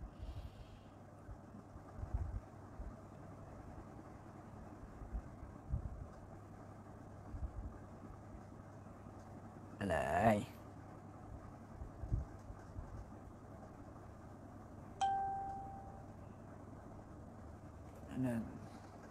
Ana kena tengok daripada atas. Mana soalan tadi?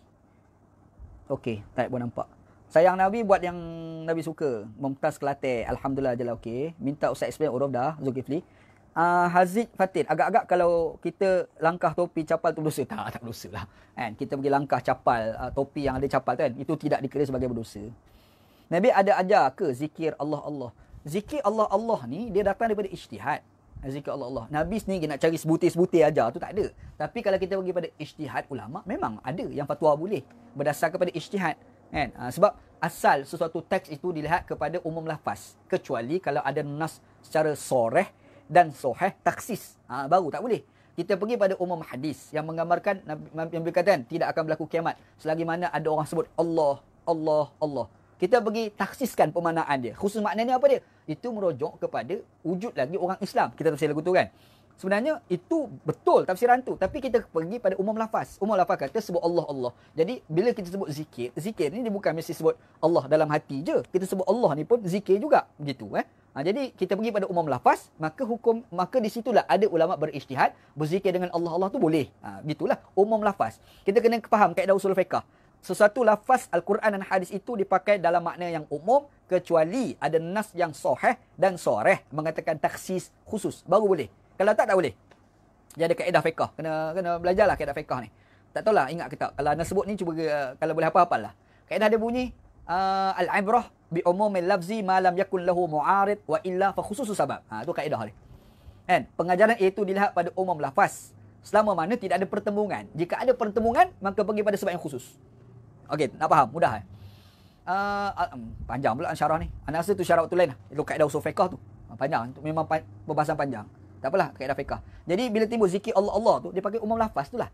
Umum lafaz. Okey, kita kata tak boleh. Bila kita kata tak boleh, kita kena ada nas yang taksiskan kata tak boleh. Ada tak satu nas kata Nabi Muhammad melarang kita berzikir Allah, contoh? Ada tak? Tak ada. Tak ada, tak boleh. Pergi pada umum lafaz lah. Maka orang nak baca itu boleh.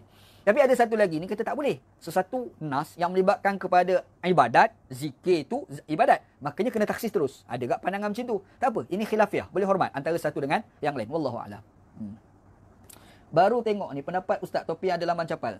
Baru tengok. Ana bahas panjang. Anda kena tengok daripada awal. Kalau anda cerita panjang pula jadi. Secara peribadi anda dah sebut. Sayang Nabi SAW ikut ajaran Nabi. Bukan pakai cap tu. Bukan. Gitu. Dia pakaian ni, anak cerita tu, sebab orang selalu libatkan pada pakaian Nabi SAW. Nabi Muhammad pakai jubah. Nabi Muhammad pakai serban. Pernah tak kita fikir, serban itu kategori sunnah apa? Ulama usul fiqh, dia menggunakan istilah as-sunnah al-jibiliyah. Ulama usul fiqh. Kalau kita nak pergi dalam terminologi moden sikit, macam contoh pernah dikemukakan oleh Imam Al-Qarafi dalam kitab Al-Furuq. Dia guna istilah as-sunnatu at-tashri'iyah. Satu lagi, as-sunnah ghairu tashri'iyah. Diulang ungkap oleh Syekh Muhammad Al-Ghazali. Lepas tu diungkap juga oleh, kalau pergi Asy'ariyah ni, Dr. Ali Jumu'ah. Ali Jumu'ah dia ada tulis sebuah kitab. Nama kitab dia Al-Mutasyaddidun. Dia mengatakan, yang dia masuk kat Al-Mutasyaddidun maksudnya orang yang agak ekstrim. Tasyaddud ekstrim lah, lebih kurang. Dia kata, dalam kitab Al-Mutasyaddidun tu, Ali Jumu'ah mengatakan, serban itu sebenarnya adalah budaya Arab. Nabi Muhammad pakai serban kerana budaya. Jadi kalau kita tak pakai serban, tak apa. Tak ada isu pun. Apakah kita pakai serban ni dapat pahala khusus? Tak dapat. Macam tu. Dia pakai sunnah al-jibiliyah. Jadi, serupalah pakai capal. Capal ni kan melibat pada pakaian. Pakai, tak nak pakai, sudahlah. Kan? Begitu. Wallahu'alam. Hadis yang disandarkan untuk mereka mulakan capal ni, satu mutaham memang palsu. Palsu. Ana cerita dah awal tadi. Kan? Tengok balik live Facebook awal ni. Kacau pula lah. Betul Ustaz. Saya yang Ustaz sentuh, contoh kat Brunei, bacaan radio Quran kat kubur 24 jam tu. Tak lama tu pihak berwajib dah larang. Dah tak ada sekarang. Alhamdulillah. Okey, Firdaus bin Muhammad baca pal selok. Benda ni. Ustaz, puasa Khamis tu ada khilaf ke? Tak, semua ada nas. Puasa Khamis Isnin ada nas. Ana dah syarah berkenaan dengan puasa Isnin Khamis dalam live Facebook sebelum ni. Dia memang ada nas hadis Nabi SAW yang Nabi Muhammad galakkan puasa pada hari Isnin, hari Khamis. Ada ada nas. Bahkan Nabi Muhammad menyatakan ketika itulah ya ta'aqabul malaikah. Malaikat ni dia saling berselisih. Tukar shift lah bahasa kita. Malaikat pagi dia turun, lepas tu naik. Jadi tukar shift tu yang pertama by hari, yang kedua by tahun, yang ketiga by bulan minggu. Anda dah cerita dah sebelum ni. Anda dah cerita panjang lebar sebelum ni. Anda pernah syarah dah begitu. Wallahu a'lam. Mana lebih utama Ustaz? Ucapan selawat ke ucap salam kepada Nabi? Dua-dua. Ada satu hadis Nabi salam. Sahabat Nabi kata, "Qad arafna kaifa nusallimu alayka ya Rasulullah." Kami tahu macam mana nak mengucapkan salam pada kamu. Cuma kami tak tahu macam mana nak selawat pada kamu. Jadi Nabi Muhammad SAW ni diam. Diam Nabi tu lama sangat menyebabkan sahabat Nabi yang bertanya itu kata, "Alamak, aku rasa menyesal." Sebab mungkin Nabi Muhammad tak suka. Dia pun pergi. Duduk tak lama Nabi panggil balik. Nabi pun tu hajar selawat. Allahumma salli ala gini. Jadi sebenarnya baca dua-dua lah. Tak ada apa pun. Selawat lah. Allahumma salli ala Muhammad wa ala ali Muhammad. Mohon pencerahan tawassul. Tawassul ni ulama sepakat 3. Yang lain khilaf. Yang sepakat tu yang pertama tawassul dengan nama Allah. Itu sepakat ulama kata boleh. Kita baca doa ya Allah ya Rahman ya Rahim ya Tawwab tu kan. Sepakat boleh. Yang kedua tawassul yang dibolehkan adalah tawassul dengan orang hidup. Kita jumpa orang hidup, ya, Syekh tolong doalah pada Allah depan Kaabah nanti. Entah minta gini. Tak apa, itu boleh. Sepakat ulama. Yang ketiga yang boleh ini adalah tawassul dengan amalan baik yang kita buat. Dalam hadis Nabi SAW, riwayat Imam Muslim, diceritakan, Nabi SAW diceritakan pada zaman dahulu ada 3 orang, dia masuk dalam gua. Bila masuk dalam gua, tidur, pintu gua dah tertutup. Bila tertutup, tak boleh nak keluar. Macam mana nak buat? Maka 3-3 ni bertawassul. Seorang tu cerita, ya Allah tuanku, aku ni adalah seorang sepupu perempuan. Dia aku berzina. Aku ni nak berzina dah. Dekat nak berzina teringat padamu. Aku takut pada Allah. Ya Allah, aku buat ni bukan kerana-keranamu. Ya Allah, tolong mustajab doa aku. Pintu gua ni kasih buka. Kan? Itu buka pintu. Tapi tak cerolah lagi. Orang kedua. Dia sebut, ya Allah tuanku, aku ni ada mak bapak. Kami lapar, tak ada makanan. Adalah segala susu. Adalah susu baki sikit dah lagi. Aku dapat susu malam tu. Aku tak minum. Kecuali aku bagi mak bapak aku minum. Susu yang berbaki sikit tu baru aku minum. Aku buat kerana-mu, ya Allah. Ya Allah, mustajabkan doa aku. Tolong buka pintu gua ni. Terbuka lagi. Tapi tak cerolah. Mari pula ketiga. Ya Allah tuanku, aku ada seorang kawan. Dia bagi aku wadi'ah.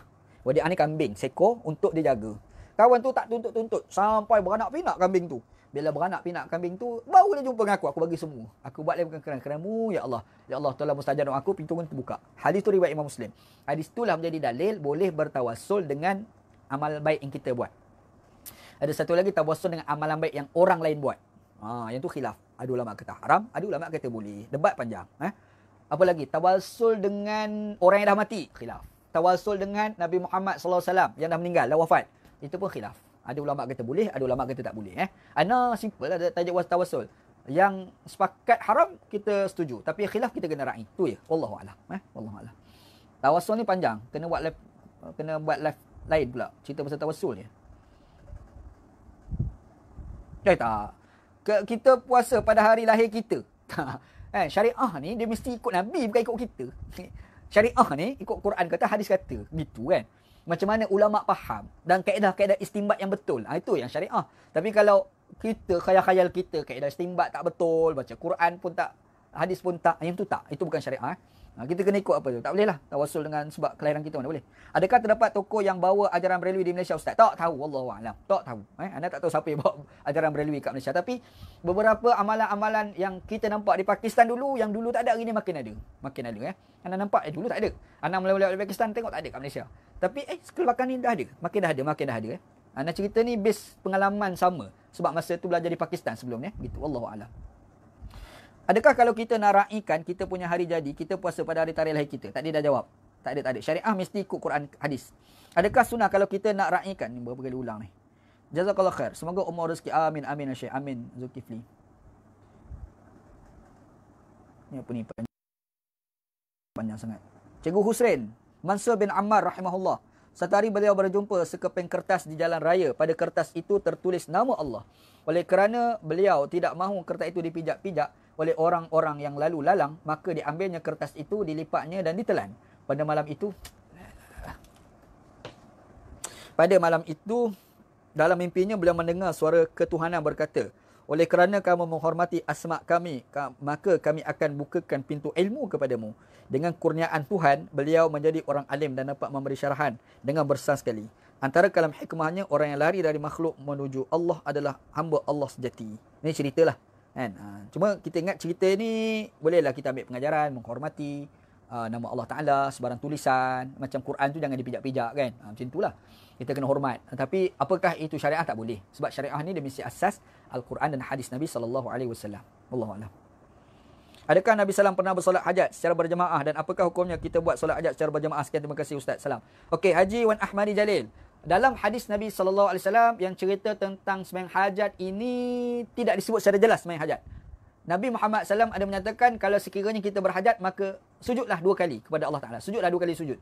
Nah, jadi 2 kali sujud. 2 kali rokok. Dalam hadis tersebut 2 kali rokok. Maksudnya merujuk pada 2 rakaat lah.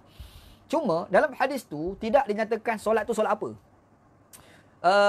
Nama apa ni? Syekh Sabiq dalam kitab dia Fiqhus Sunnah, dia mengatakan solat tu solat hajat. Siapa kata? Sayyid Sabiq. Tapi Syekh Albani dalam kitab Tamamul Minnah dia kritik. Albani kata tak, bukan. Semayang tu lah semayang sunat mutlak. Tu kata dia. Sebab apa? Sebab digabungkan dengan hadis yang lain, iaitu Nabi SAW ada kata kanal aqrabul amdi ila rabbihi fahuwa sajid faqsiru fihi du'a. Nabi kata sampai hamba tu pada Tuhan ni masa dia tengah sujud, maka perbanyakkanlah doa, kata Nabi SAW lah. Jadi di situlah hujah mereka mengatakan semayang itu semayang sunat mutlak, bukan semayang hajat. Semayang sunat mutlak dan semayang sunat mutlak lah, kita bagi semayang sunat mutlak dulu, tidak ditunaikan secara berjemaah. Tidak ditunaikan secara berjemaah. Maka demikian juga semayang hajat lah kalau kita nak faham hadis itu sebagai semayang hajat. Tidak berjemaah. Okey, timbul kita nak buat berjemaah. Itu satu isu. Makanya, orang yang mengatakan boleh, orang yang mengatakan semayang sunat yang asalnya tidak berjemaah, kita nak tulis secara berjemaah. Pandangan yang mengatakan boleh, mereka merujuk kepada beberapa hadis. Antaranya ada satu hadis Nabi SAW, Nabi Muhammad semayang malam. Dan ketika itu, Ibn Abbas radhiyallahu anhu tidur kat rumah Nabi SAW. Malam tu Nabi bagus semayang. Semayang tu semayang tahajud. Semayang tahajud orang tidak tunaikan secara berjemaah. Semayang tahajud semayang seorang lah kan. Jadi Nabi SAW pada malam tu Nabi semayang, tiba-tiba Abdullah bin Abbas masuk dekat saf tu belah kiri. Dia masuk belah kiri. Masa Nabi tengah semayang, Nabi isyaratkan dengan tangan kepada Abdullah bin Abbas supaya dia beralih kepada kanan. Beralih kanan. Okey. Syahid hadis ni banyak benda kita boleh belajar. Cuma yang anda nak sebut kat sini, hadis ni lah dijadikan sandaran bahawasanya kalau semayang sunat nak dijemaahkan boleh. Sebab Nabi tak larang Abdullah bin Abbas yang masuk belah kiri. Bahkan Nabi isyaratkan supaya duduk belah kanan. Kalau tak boleh, Nabi tak kata, Nabi halang lah. Tu hujah. Mereka mengatakan semayang hajat boleh ditunaikan secara berjemaah. Gitu. Itulah hujah mereka. Tapi nak cari, ada tak Nabi sendiri semayang hajat itu, Nabi sendiri semayang sunat mutlak itu jemaah? Tak ada. Memang tak ada. Gitu. Cuma mereka berhujah merujuk kepada hadis semayang tahajud tu. Jadi kalau semayang tahajud itu boleh berjemaah, semayang tahajud itu semayang sunat, maka demikian juga semayang mutlak, sunat mutlak itu adalah semayang sunat. Kalau semayang tahajud yang sunat itu boleh buat jemaah, maka demikian juga semayang sunat mutlak yang sunat itu boleh buat jemaah. Hujah mereka yang kata boleh lah. Ada yang setuju kata tak boleh, yang tak setuju kata tak boleh. Selagi mana Nabi tak buat, maka tak boleh. Ada, pandangan tu pun ada. Kita ra'i lah, kita ra'i. Tak ada masalah apa pun. Wallahu a'lam. Apakah antara sunnah kita buat ketika setiap hari jadi kita? Tak ada. Sebenarnya sambutan hari jadi ni tak ada. Mana Nabi Muhammad, sahabat Nabi pernah buat sambutan hari jadi? Tak ada. Cumanya kita ni buat. Okey, bila kita buat, haram ke? Satu tajuk pula. Sambut hari jadi ni, bawah kategori benda-benda yang bukan agama. Dia bukan benda-benda, bukan ibadat semua agama belaka. Ibadat khususiah dia bukan. Maka kembali pada hukum asal, al-aslu fi al-asya'i al-ibahah. Asal satu perkara adalah harus. Maka bolehlah sambut. Selagi mana tidak ada nas yang mengatakan haram, bolehlah. Jadi siapa yang nak sambut hari jadi tu sambut je lah. Cuma janganlah masuk elemen maksiat kan. Contoh kalau kita nak buat sambut hari jadi kita ni, kita panggil orang miskin datang rumah, kita jamu makan. Baguslah, dapat pahala lah, sedekah. Situ je lah. Wallahu a'lam. Salam ya Ustaz Muhammad Awal bin Haji Syafiq. Waalaikumsalam. Jasni ni, salam Ustaz. Boleh tanya sebab apa Nabi dilahirkan di dunia ini? Maksudnya tujuan. Tujuan memberi hidayah. Allah Subhanahu wa taala cipta langit bumi. Lepas tu Allah Taala cipta manusia. Kenapa Allah Taala cipta manusia? Jawapannya wa isqala rabbuka lil malaikati inni ja'ilun fil ardi khalifah. Khalifah, pentadbir bumi, mengurus tadbir bumi. Jadi Allah Taala ciptalah Adam, daripada Adam lahirlah manusia sampai kita. Jadi manusia ni Allah Taala bekalkan dua perkara penting yang tak ada pada makhluk lain. Akal dan nafsu. Malaikat ada akal, nafsu tak ada. Binatang ada nafsu, akal pula tak ada. Manusia dia dua ada. bila manusia ni ada dua perkara, akal dan nafsu, memungkinkan manusia ni melakukan fasad, kerosakan. Dan juga manusia boleh mengabaikan siapa pencipta dia. Makanya setiap manusia itu dilahirkan dalam keadaan fitrah. Kullu mauludin yuladu 'alal fitrah. Setiap anak Adam tu lahir dalam suci bersih. Apa makna suci bersih? Mentauhidkan Allah Taala. Tapi bila kita dah bercampur dengan orang, akhir sekali konsep tauhid kita makin kabur. Makin kabur. Kan? Kita ni lahir kita faham Allah. Tapi bila kita membesar, kita jumpa mak, bapak. Kalau mak bapak kita bukan Islam, mak bapak kita ni contohnya agamanya Yahudi dan Nasrani. Sebab tu Nabi kata fa abawahu yuhawidani yunasirani wa majisan. Jadi kalau agamanya Majusi, agamanya Nasrani, agamanya Yahudi, agamanya Hindu, agamanya Buddha. Jadi dia jumpa tu menyebabkan konsep Tuhan yang ada dalam hati dia makin kabur. Bila makin kabur, kita nak perjelaskan balik konsep tauhid itu kepada asal fitrah kita dilahirkan. Caranya datang Nabi lah. Itulah antara tujuan datangnya Nabi. Kembalikan manusia kepada fitrah, kembalikan manusia sebagai manusia yang mempunyai panduan dalam kehidupan mereka, dalam pada mereka punya akal dan juga nafsu. Wallahualam. Itulah anda boleh komen. Wallahualam. Ajaran Brelwi agak jarang didengari di Nusantara Malaysia. Adakah ajaran Brelwi ini ada di bawah mana-mana tokoh agama di Malaysia atau berselindung di belakang mana-mana ajaran kumpulan tarekat dan mazhab? Ana nak sebut tak boleh. Nanti fitnah tak boleh. Tapi ana hanya sebut ciri-ciri dia. Sebut ciri-ciri Brelwi yang di Pakistan yang anda nampak. Lepas tu anda nak cerita apa yang berlaku kat Malaysia. Kita fikir je lah. Nak sebut nanti anda fitnah orang pula. Dia bukan Brelwi pun. Cuma kadang-kadang dia amalkan itu bukan kerana dia nak buat. Kadang-kadang dia tengok masyarakat kan. Kadang-kadang dia buat itu berdasarkan pada penghujaan ini dan dia rasa ini penghujaannya betul. Tapi apakah dia sendiri itu ikut Brelwi? Kadang-kadang kita tanya, kau kenal tak siapa dia Ahmad Reza Khan? Dia pun tak kenal. Maksudnya dia bukan Brelwi. Sebab tu ana tak boleh nak kata orang ni Brelwi ke tidak. Tapi ciri-ciri tu apa? Ada. Ciri-ciri tu ada. Gitu. Wallahualam. Tak tahu. Adenism. Ustaz ulas sikit pasal ilmu eskatologi yang sedang hit sekarang ni. Apa dia eskatologi? Apa eskatologi anda tak tahu? Eskatologi anda tak tahu? Wallahualam.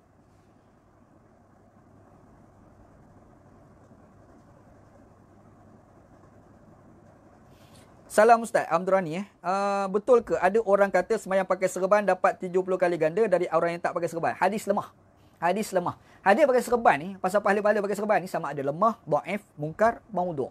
Tu je hadis. Sahih tak ada. Tak ada satu pun hadis sahih yang cerita fadilat pakai serban. Tak ada. Dia sama ada dhaif, mungkar, dhaif jiddan, mungkar ataupun palsu. Tu je. Sebab itu macam Syekh Muhammad Al-Ghazali dia kata itu sunnah al-jibiliyah. Dia budaya Arab. Nabi Muhammad pakai serban sebab Nabi tu orang Arab. Jadi kita kalaulah sekira dia sunnah tasyri'iyah, sudah pasti Nabi nyatakan pahala, tiba-tiba adalah hadis itu pahala, lemah pula, dhaif, maka di situlah mereka berhujah mengatakan itu adalah sunnah al-jibiliyah. Gitu. Wallahu a'lam. Ada kemungkinan ke bentuk capal yang popular hari ini juga adalah bentuk capal yang sama dipakai oleh Abu Jahal, Abu Lahab, musuh-musuh Islam Rasulullah lain, sebab mereka sezaman sebangsa kumpulan juga. Mungkin belaka. Kemungkinan belaka lah tu. Wallahu a'lam. Macam mana berkenaan dengan syafaat Nabi Muhammad? Amalan apa yang khusus? Selawat pada Nabi. Kan? Itu antaralah amalan selawat Nabi yang Nabi boleh bagi syafaat. Banyak kan. Selawatlah, ada cadang selawat pada Nabi. Allahumma salli ala Muhammad wa ala ali Muhammad. Anda sebut awal tadi dah. Sayang Nabi, ikut cara Nabi. Itu betul. Jemaah tabligh di Pakistan termasuk dalam jemaah Deobandi, Salafi atau Brelwi atau mereka firqah lain yang ada masjid sendiri? Tak. Tabligh ni dalam Salafi pun ada, Deobandi pun ada. Ada. Anda tak jumpa tabligh yang Brelwi. Tak jumpa. Tapi kalau tabligh yang Salafi dan juga Deobandi ramai, cukup ramai. Wallahu a'lam.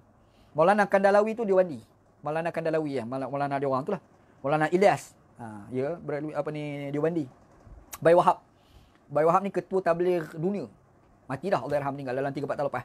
Anda masa belajar Pakistan sempat jumpa Bai Wahab. Bai Wahab ni bukan ulama, tapi tokoh besar dalam tabligh. Dia sentiasa ada idea bercakap tentang macam mana kita nak kembangkan dakwah. Dan orang baiklah Bai Wahab. Dan orang tabligh cukup ikram lah, cukup muliakan dia. Gitu. Wallahu a'lam. Kalau kita bagi sedekah kat orang, kemudian kita minta orang itu doakan kebaikan untuk kita, boleh ke Ustaz? Boleh. Kita minta orang doakan kita tu pun boleh. Benda tu banyak. Sahabat Nabi lakukan pada Nabi. Rasulullah doakan aku gini. Sebab itu tawasul dengan orang hidup boleh. Jadi kita ni bagi impak duit pada dia.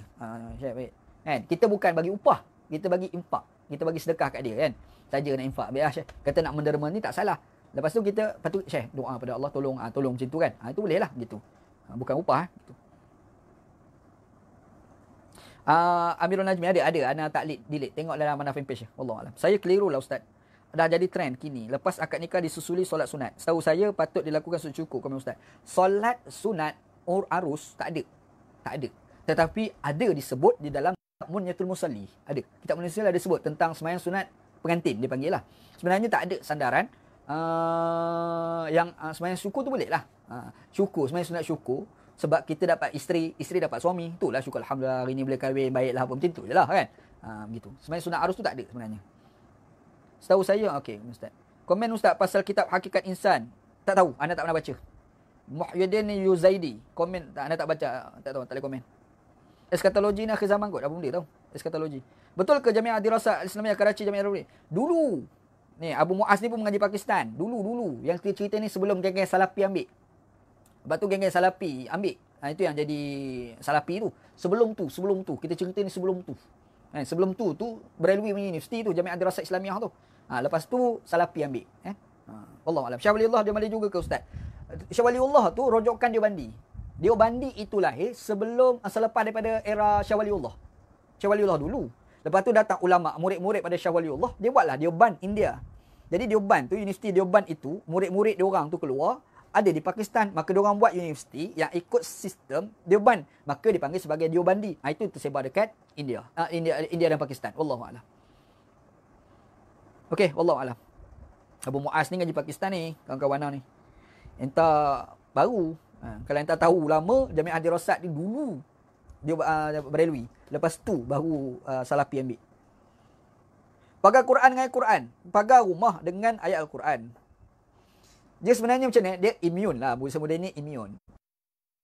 Nabi kata, Asyaitan la yadkhulu baital lati tuqra'u fihi suratul Baqarah. Itu hadis Nabi. Imam Bukhari riwayat hadis tu. Syaitan tidak akan masuk dalam rumah yang dibacakan surah Al-Baqarah. Kita nak kata apa? Pagar. Kalau kita kata pagar. Macam tu. Tak bagi syaitan masuk rumah. Tu ya kan? Wallahu a'lam. Apa pendapat Ustaz mengenai ramalan mutakhir ini yang mengatakan pandemik hari telah diramal? Tak ada. Semua mengarut semua ni. Orang buat ramalan, bolehlah buat ramalan. Cumanya ramalan itu atas ramalan kita ni tertakluk betul ke salah. Tu je. Tapi betul ke macam tu? Tak semestinya. Ramalan je lah. Sekadar macam kita ramal cuaca, esok hujan. Orang pergi buat ramalan cuaca tu, dia bukan ikut khayal-khayal dia, berdasarkan kepada bukti-bukti, istilah karinah. Apa ya karinah ni? Masalah ni, terma Melayu. Tak tahu terma Melayu yang ada terma Arab ni. Berdasar pada tanda-tanda tertentu. Kan? Kita tengok macam mana peredaran bintang langit. Okey, kalau kebiasaan macam ni hujan, maka kita ramal sekian bulan hujan, contoh kan. Maka demikian juga orang duk kata kiamat ni gini. Ramalan lah, tapi mesti kena beriman. Tak payah beriman. Tak payah beriman. Kan? Kalau tak beriman, tak jadi kafir pun. Memang masalah orang ni, ni agama. Susahlah. Kan? Kita nak meramalkan satu benda yang mendatang, of course mesti ada Quran sebut, hadis sebut. Kalau tak ada, tak boleh. Sebab dalam Al-Quran sendiri menyatakan, Nabi Muhammad SAW pun tak tahu apa yang mendatang akan datang. Yang mendatang tu Nabi SAW pun tak tahu. Dalam Quran ada sebut macam tu kan? Gitu. Wallahu'alam. Okey, habis dah. Tak ada soalan dah.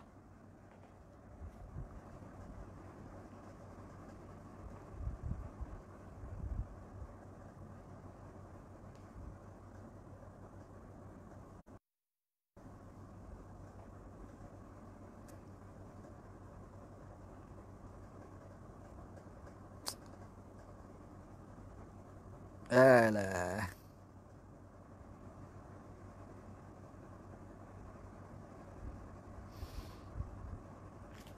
Suara tak jelas pula. Alah. Apa masalah aku ni? Sunnah Jibiliyah. Termasuk makan-makan yang Nabi suka makan. Serupa je. Sunnah Jibiliyah belaka. Makan kurma lah apa tu sunnah Jibiliyah belaka. Kecuali kalau Nabi kata makan kurma pahala dia sekian. Itu baru sunnah tasyri'iyah. Kalau tak ada kaitan dengan pahala-pahala, itu Jibiliyah belaka. Wallahualam. Ustaz, kalau orang bukan Islam buat tatu lambang salib di tubuh, lepas tu dia masuk Islam macam mana? Kalau dia boleh buang, buang. Kalau dia tak boleh buang, tak payah buang. Kalau sekiranya buang itu boleh mengakibatkan mudarat pada badan kulit dia, jadi tak perlu buang. Tapi kalau sekiranya dia boleh buang, contoh kalau ada teknologi yang dia pergi tembak, boleh hilang tu kan, maka dia kena buatlah begitu. Wallahualam. Kenduri arwah termasuk dalam uruf yang dibenar ke? Kenduri arwah ni, ni pun satu part juga ni. Okey, kita mungkin anak panjang lah cerita kenduri arwah ni.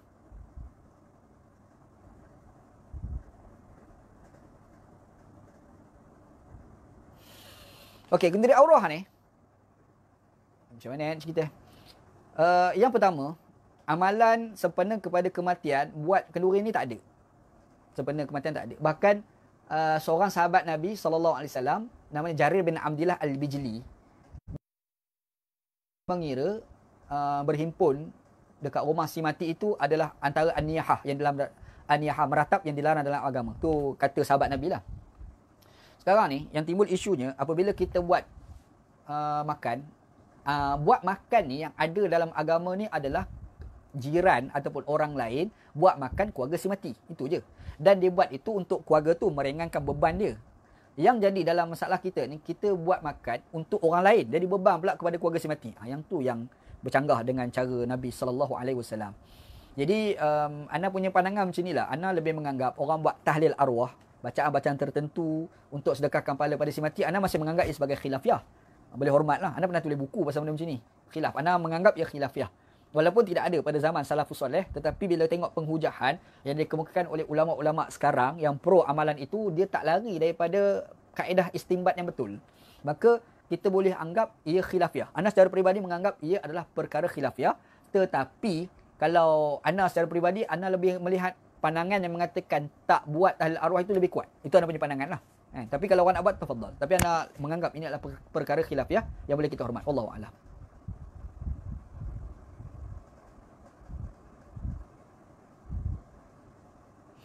Adakah sufi hari ini banyak terpengaruh khulafat dan pengamalan hadis palsu? Bukan hari ni ya, dulu-dulu pun banyak yang hadis palsu ni kadang-kadang datang daripada orang sufi.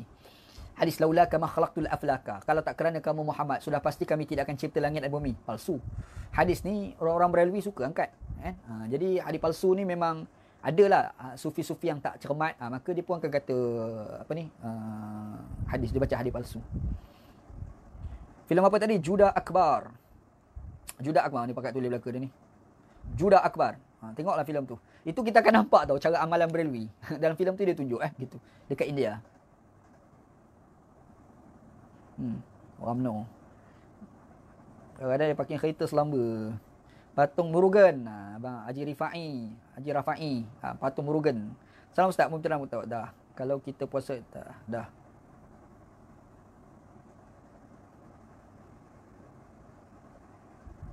Ustaz, betul ke ada setengah ustaz kata Wahabi berselindung dengan nama Salafi? Betul? Memang ada.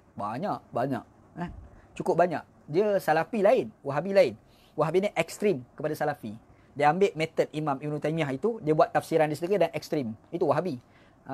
Muhammad Abdul Wahab punya pendekatan lah tu kan. Tapi kadang-kadang itu tu Ibn Taymiyah tak pernah cakap pun. Tapi Ibn Taymiyah dia buat metod itu. Macam kita sebut Imam Nawawi dengan Imam Syafi'i. Imam Nawawi itu imam ulama dalam mazhab Syafi'i. Dia guna metod-metod yang digunakan oleh Imam Syafi'i, dia istimbatkan hukum. Dan kadang-kadang hukum yang diistimbatkan itu tak serupa dengan Imam Syafi'i. Maka kita sebut Salafi. Salafi ni apa? Penghujahan dalil metod Ibn Taymiyah. Adalah orang yang guna metod tu tapi dia istimbat cara dia sendiri berdasarkan metod Ibn Taymiyah tadi. Yang tu Wahabi lah antaranya dan ekstrim. Jadi kadang-kadang ada orang tu Wahabi, dia nak selamat, dia sebut Salafi. Padahal dia bukan Salafi, dia Wahabi. Ada macam tu. Wallahu a'lam. Yang sekarang ni orang sunnah. Kita orang sunnah. Itu cara dia orang berselindung lah. Padahal sunnah kenapa nak kait dengan tafsiran kau? Lepas tu dia tolak Imam Syafi'i. Macam itu Muhib Khuli. Muhib Khuli apa nama? Yang Syria tu kan. Dia cerita, siapa yang baca Fatihah, makmum baca Fatihah, lepas imam baca, tidak sunnah. Tak betul. Pertama, hujah dia daripada hadis. Dia katalah hadis yang mengatakan tak baca itu. Hadis tu, dia kata Imam Bukhari riwayat. Imam Bukhari tak riwayat. Bahkan Imam Bukhari kata hadis tu dhaif. Hadis tu dhaif. Nampak? Lepas tu, pandangan yang mengatakan kena baca itu Syafi'i antara yang mengatakan. Takkanlah kita nak kata Syafi'i pula tidak sunnah. Nampak? Itu tak betul. Tak betul. Wallahu a'lam.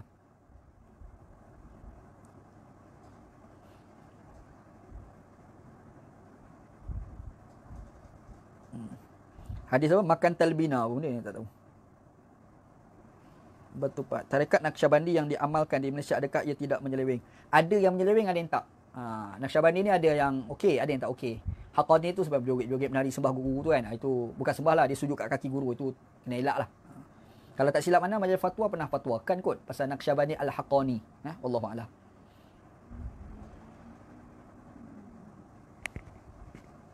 Tak kuat apa masalah tak kuat. Vishnu, tak boleh. Boleh ke saya zakat direct kepada fakir yang dengan beras? Kalau saya buat, sah tak? Sebab bersalahan dengan cara pemerintah, iaitu melalui amel dan melalui wang kertas. Boleh. Dia, kita naik atas masjid, nak bayar zakat. Ada seorang miskin nak mati dah. Seorang lagi amel. Nak bayar ke amel ke nak bayar pada si miskin? Ini satu agak-agak bayar zakat fitrah. Nak bayar direct tak apa. Cumanya salah satu yang dikatakan boleh menerima zakat itu adalah amil. Dia salah satu, bukan satu-satunya gitu Dan pentingnya amil itu, konsep kerajaan itu tujuannya adalah senang untuk pembahagian. Tu je. Nak pembahagian itu supaya, sebab kalau kita bagi pada orang miskin A, bagi pada dia zakat contoh. Jadi orang kedua bagi ke dia. Contoh, orang ketiga datang bagi dia. Dia berapa dapat? Padahal ramai miskin lagi yang tak dapat. Maka di situlah perlu kepada management, pengurusan. Bila timbul pengurusan, itulah timbul kerajaan. Gitu Wallahualam. Ini tajuk macam-macam dah ni. Bukan tajuk kita dah pasal ni. Kalau orang bukan Islam, tak bukan. Okey. Puasa hari Khamis tu ada khilaf ke? Tak ada khilaf, sepakat. Anda dah kupas dah.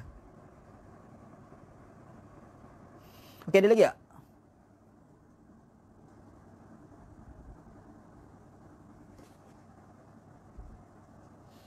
Kalau nak baca akidah Asy'ariyah, kalau boleh bahasa Arab ada keras.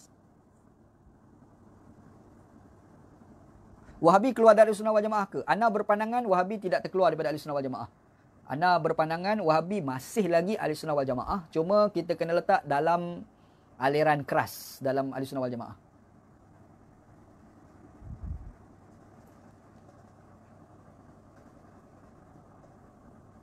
Ada cadangan buku akidah Asy'ariyah untuk orang awam ke yang sesuai, Arab atau Melayu? Arab ada, Melayu anda tak tahu. Ada satu kitab bagus, kitab ni. Sekejap anda tunjuk kitab dia. Kitab ni bagus.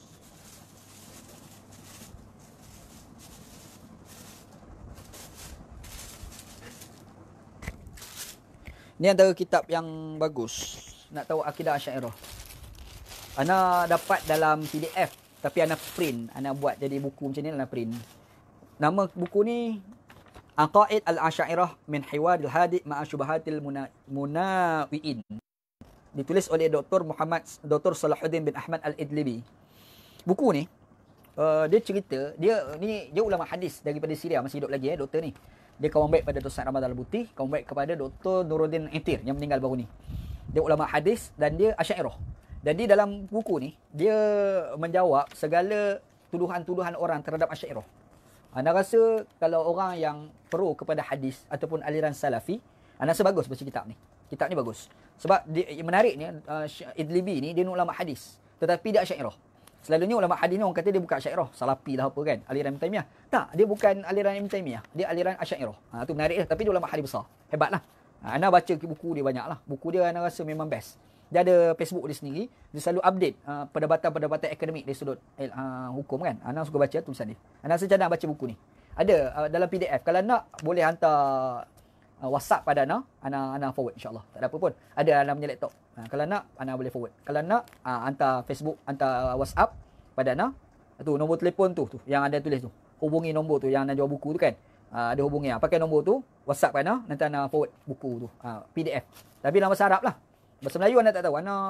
Bahasa Melayu, buku-buku wacana agama ni dalam bahasa Melayu anda kurang.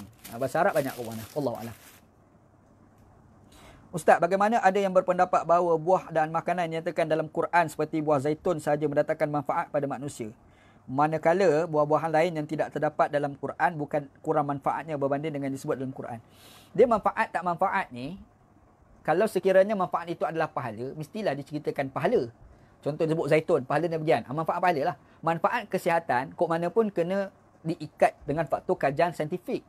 Kita kena ingat, agama ni dia tak pernah tolak kajian saintifik. Bahkan, sesuatu hadis Nabi SAW, kalau bercanggah saintifik, hadis tu dianggap sebagai palsu. Itu salah satu kaedah sebenarnya.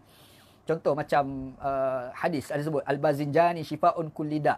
Kan? Terung itu adalah ubat segala penyakit. Kita pakai hadis, sihat dah ni. Hadis itu palsu. Dan antara penyebab kita boleh tahu hadis itu palsu adalah berdasarkan kepada kajian empirical. Kajian sains. Kajian teknologi inilah dia buat kajian-kajian empirical membuktikan bahawasanya tak betul. Contoh kan. Maka itu dikira sebagai palsu. Gitu. Wallahualam. Jadi, kalau kita nak sebut tentang manfaat pahala, mesti disebut pahala apa. Kita makan ni pahala dia bergian-gian. Sebab pahala ni bukan ditentukan oleh manusia. Ulama' besar macam mana pun tidak boleh menentukan pahala manusia. Pahala yang ditentukan hanya Allah dan juga Rasulullah sallallahu alaihi wasallam. Dia kena ada hadis. Quran kata apa, hadis kata apa. Begitu. Wallahu a'lam. Kenapa ada pendapat mengatakan selawat tak boleh sebut Sayyidina Muhammad? Sebab isu baca Sayyidina ni, yang pertama Nabi Muhammad sallallahu alaihi wasallam tidak pernah membaca selawat Allahumma salli ala Muhammad. Nabi tak pernah ajar lagu tu. Satu. Yang kedua, ada satu hadis Nabi sallam yang Nabi Muhammad bila masuk dalam satu majlis, sahabat Nabi berdiri. Maka Nabi Muhammad SAW sebut, la tusayyiduni. Jangan sayyidinakan aku. Sayyidina ni tuan lah. Jangan menganggap aku ni besar sangat macam tu lah kot. Jadi, itulah hujah-hujah mereka mengatakan tak boleh baca sayyidina. Orang yang kata boleh pula baca, dia hujah. Hadis yang kata la tusayyiduni itu adalah hadis palsu. Kenapa palsu? Sebab Nabi ni afsahun nas. Nabi orang yang paling fasih dalam bahasa Arab. Sepatutnya kalau sebutan Arab, dia tak sebut la tusayyiduni, tapi dia sebut la tusawwiduni. Dengan waw, bukan huruf ya. Satu. Yang kedua, kalaulah Nabi Muhammad SAW tak sebut, apakah terus jadi haram? Tak. Sebab tu ada tajuk dia panggil at-tarkiyah. Debat. Sesuatu yang tidak dibuat itu tidak boleh terus dikatakan sebagai tak boleh. Itulah debat panjang lah. Dalam debat usul fiqh. Wallahu a'lam.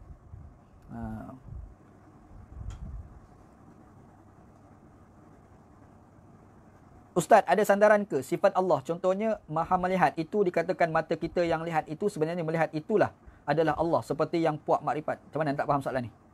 Melihat, dikatakan mata kita yang lihat. Itulah sebenarnya melihat. Itulah adalah Allah. Dah, ini wahdatul syuhud ni. Konsep wahdatul syuhud. Wahdatul syuhud ni, kesatuan kewujudan. Maksudnya, kesatuan penyaksian. Maksudnya, kita tengok apa, kita nampak satu. Dia tengok pokok, ingat Allah. Dia tengok dinding, ingat Allah. Itu panggil wahdatul syuhud. Okey. Wahdatul syuhud ni, contoh macam orang bercinta. Kita tengok cerita P. Ramlee, Madu 3. Bila dia bercinta dengan, masa-masa manis. Dia bercinta dengan Cikgu Rokiah. Cikgu Syari, P. Ramlee, bercinta dengan Cikgu Rokiah. Jadi dia pergi dekat sungai, dia tengok sungai, dia nampak Cikgu Rokiah muka tu. Dia tengok pokok, dia nampak Cikgu Rokiah tu. Jadi dia tengok apa pun dia nampak. Yang tu dia panggil wahdatul syuhud. Kesatuan penyaksian dia panggil. Jadi, konsep itu tak salah, tak ada apa pun. Kita ingat Allah, tengok ingat Allah, macam itulah. Itu tak ada apa pun. Wallahu a'lam. Dia panggil istilah dia wahdatul syuhud. Dia tidak ada wacana tajuk Allah Ta'ala Maha Melihat. Tak, itu bukan. Bukan tajuk Allah Ta'ala Maha Melihat. Itu tajuk lain. Yang kita sebut wahdatul syuhud ni, dia bukan wacana ilmu kalam. Wahdatul syuhud ni wacana dan ilmu tasawuf. Dua tajuk berbeza tu. Yang kita sebut Allah Ta'ala Maha Melihat itu wacana ilmu kalam. Tak sama tu, wacana berbeza tu. Disiplin ilmu pun tak sama. Komen pasal global ikhwan Arqam. Tak ada apa okey, dia orang berniaga okey. Ana kawan-kawan Arqam ramai, baik. Ana baik Ana rasa kita kena belajar banyak daripada mereka. Terutama macam nak berniaga gitu. Tak ada apa pun. Don ke yang pakai topik capal tu? Ustaz Don. Nah, orang duk marah-marah ni Ustaz Don, kalau orang lain mungkin tak jadi isu kot. Kan? Sebagai orang awam nak pegang akidah Asy'ariyah atau akidah Salafiyah, akidah tiga serangkai. Ana cadangkan belajar dulu. Macam tu. Kalau dulu orang tak apa nak tahu wacana ni, ana lebih mencadangkan akidah Salafiyah sebab tak rumit sangat. Kan? Sebab kalau tak belajar akidah Asy'ariyah, kalau kita tak belajar akidah Salafiyah aja pada era sekarang, kita dah berhadapan dengan wacana-wacana akidah yang dahsyat. Contoh falsafah. Orang falsafah dah bincang bab akidah. Tuhan itu macam mana? Tuhan itu apa? Jadi wacana macam ni perlu kita jawab kan? Jadi bila kita nak jawab, perlu kepada wacana-wacana ilmu kalam. Jadi anda mencadangkan akidah Salafiyah pun kena belajar, akidah Asy'ariyah pun kena belajar. Itu anda punya pandangan lah. Wallahu a'lam. Keperluan zaman dulu dengan zaman sekarang tak sama. Boleh baca talqin atas kubur. Tidak ada satu nas yang sahih dan tidak ada satu nas yang sahih mengatakan adanya baca talqin di atas kubur. Tetapi kalau hadis dhaif banyak. Hadis dhaif banyak yang cerita baca talqin di atas kubur. Yang ada dalam hadis Nabi sallallahu alaihi wasallam iaitu Nabi Muhammad apabila tanam jenazah, Nabi berdiri tepi kubur, Nabi akan suruh orang-orang keliling itu baca doa untuk si mati. Yang tu ada. Nabi kata istaghfiru li akhikum wad'u lahu at-tasbitu fa innahu la'ana yus'al. Nabi kata doakan istighfar kepada kawan kita lubang kubur, doakan dia ada kekuatan kerana ia sedang disoal. Itu sahih. Kan? Tapi kalau sebut yang Nabi berdiri, Nabi pergi ajar, ada hadis tapi dhaif. Begitu wallahu a'lam.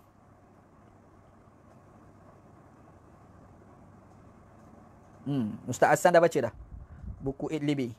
Ulang tajuk buku tadi. Aqaid al-Asy'ariyah min hiwaril hadi ma'a syubahatil munawiin. Kalau nak WhatsAppkan lah. Nanti anda forward terus. WhatsApp terus. Ada laptop mana? Tak ada apa. Kalau nak anda forward. Hantar WhatsAppkan lah. Wallahu a'lam.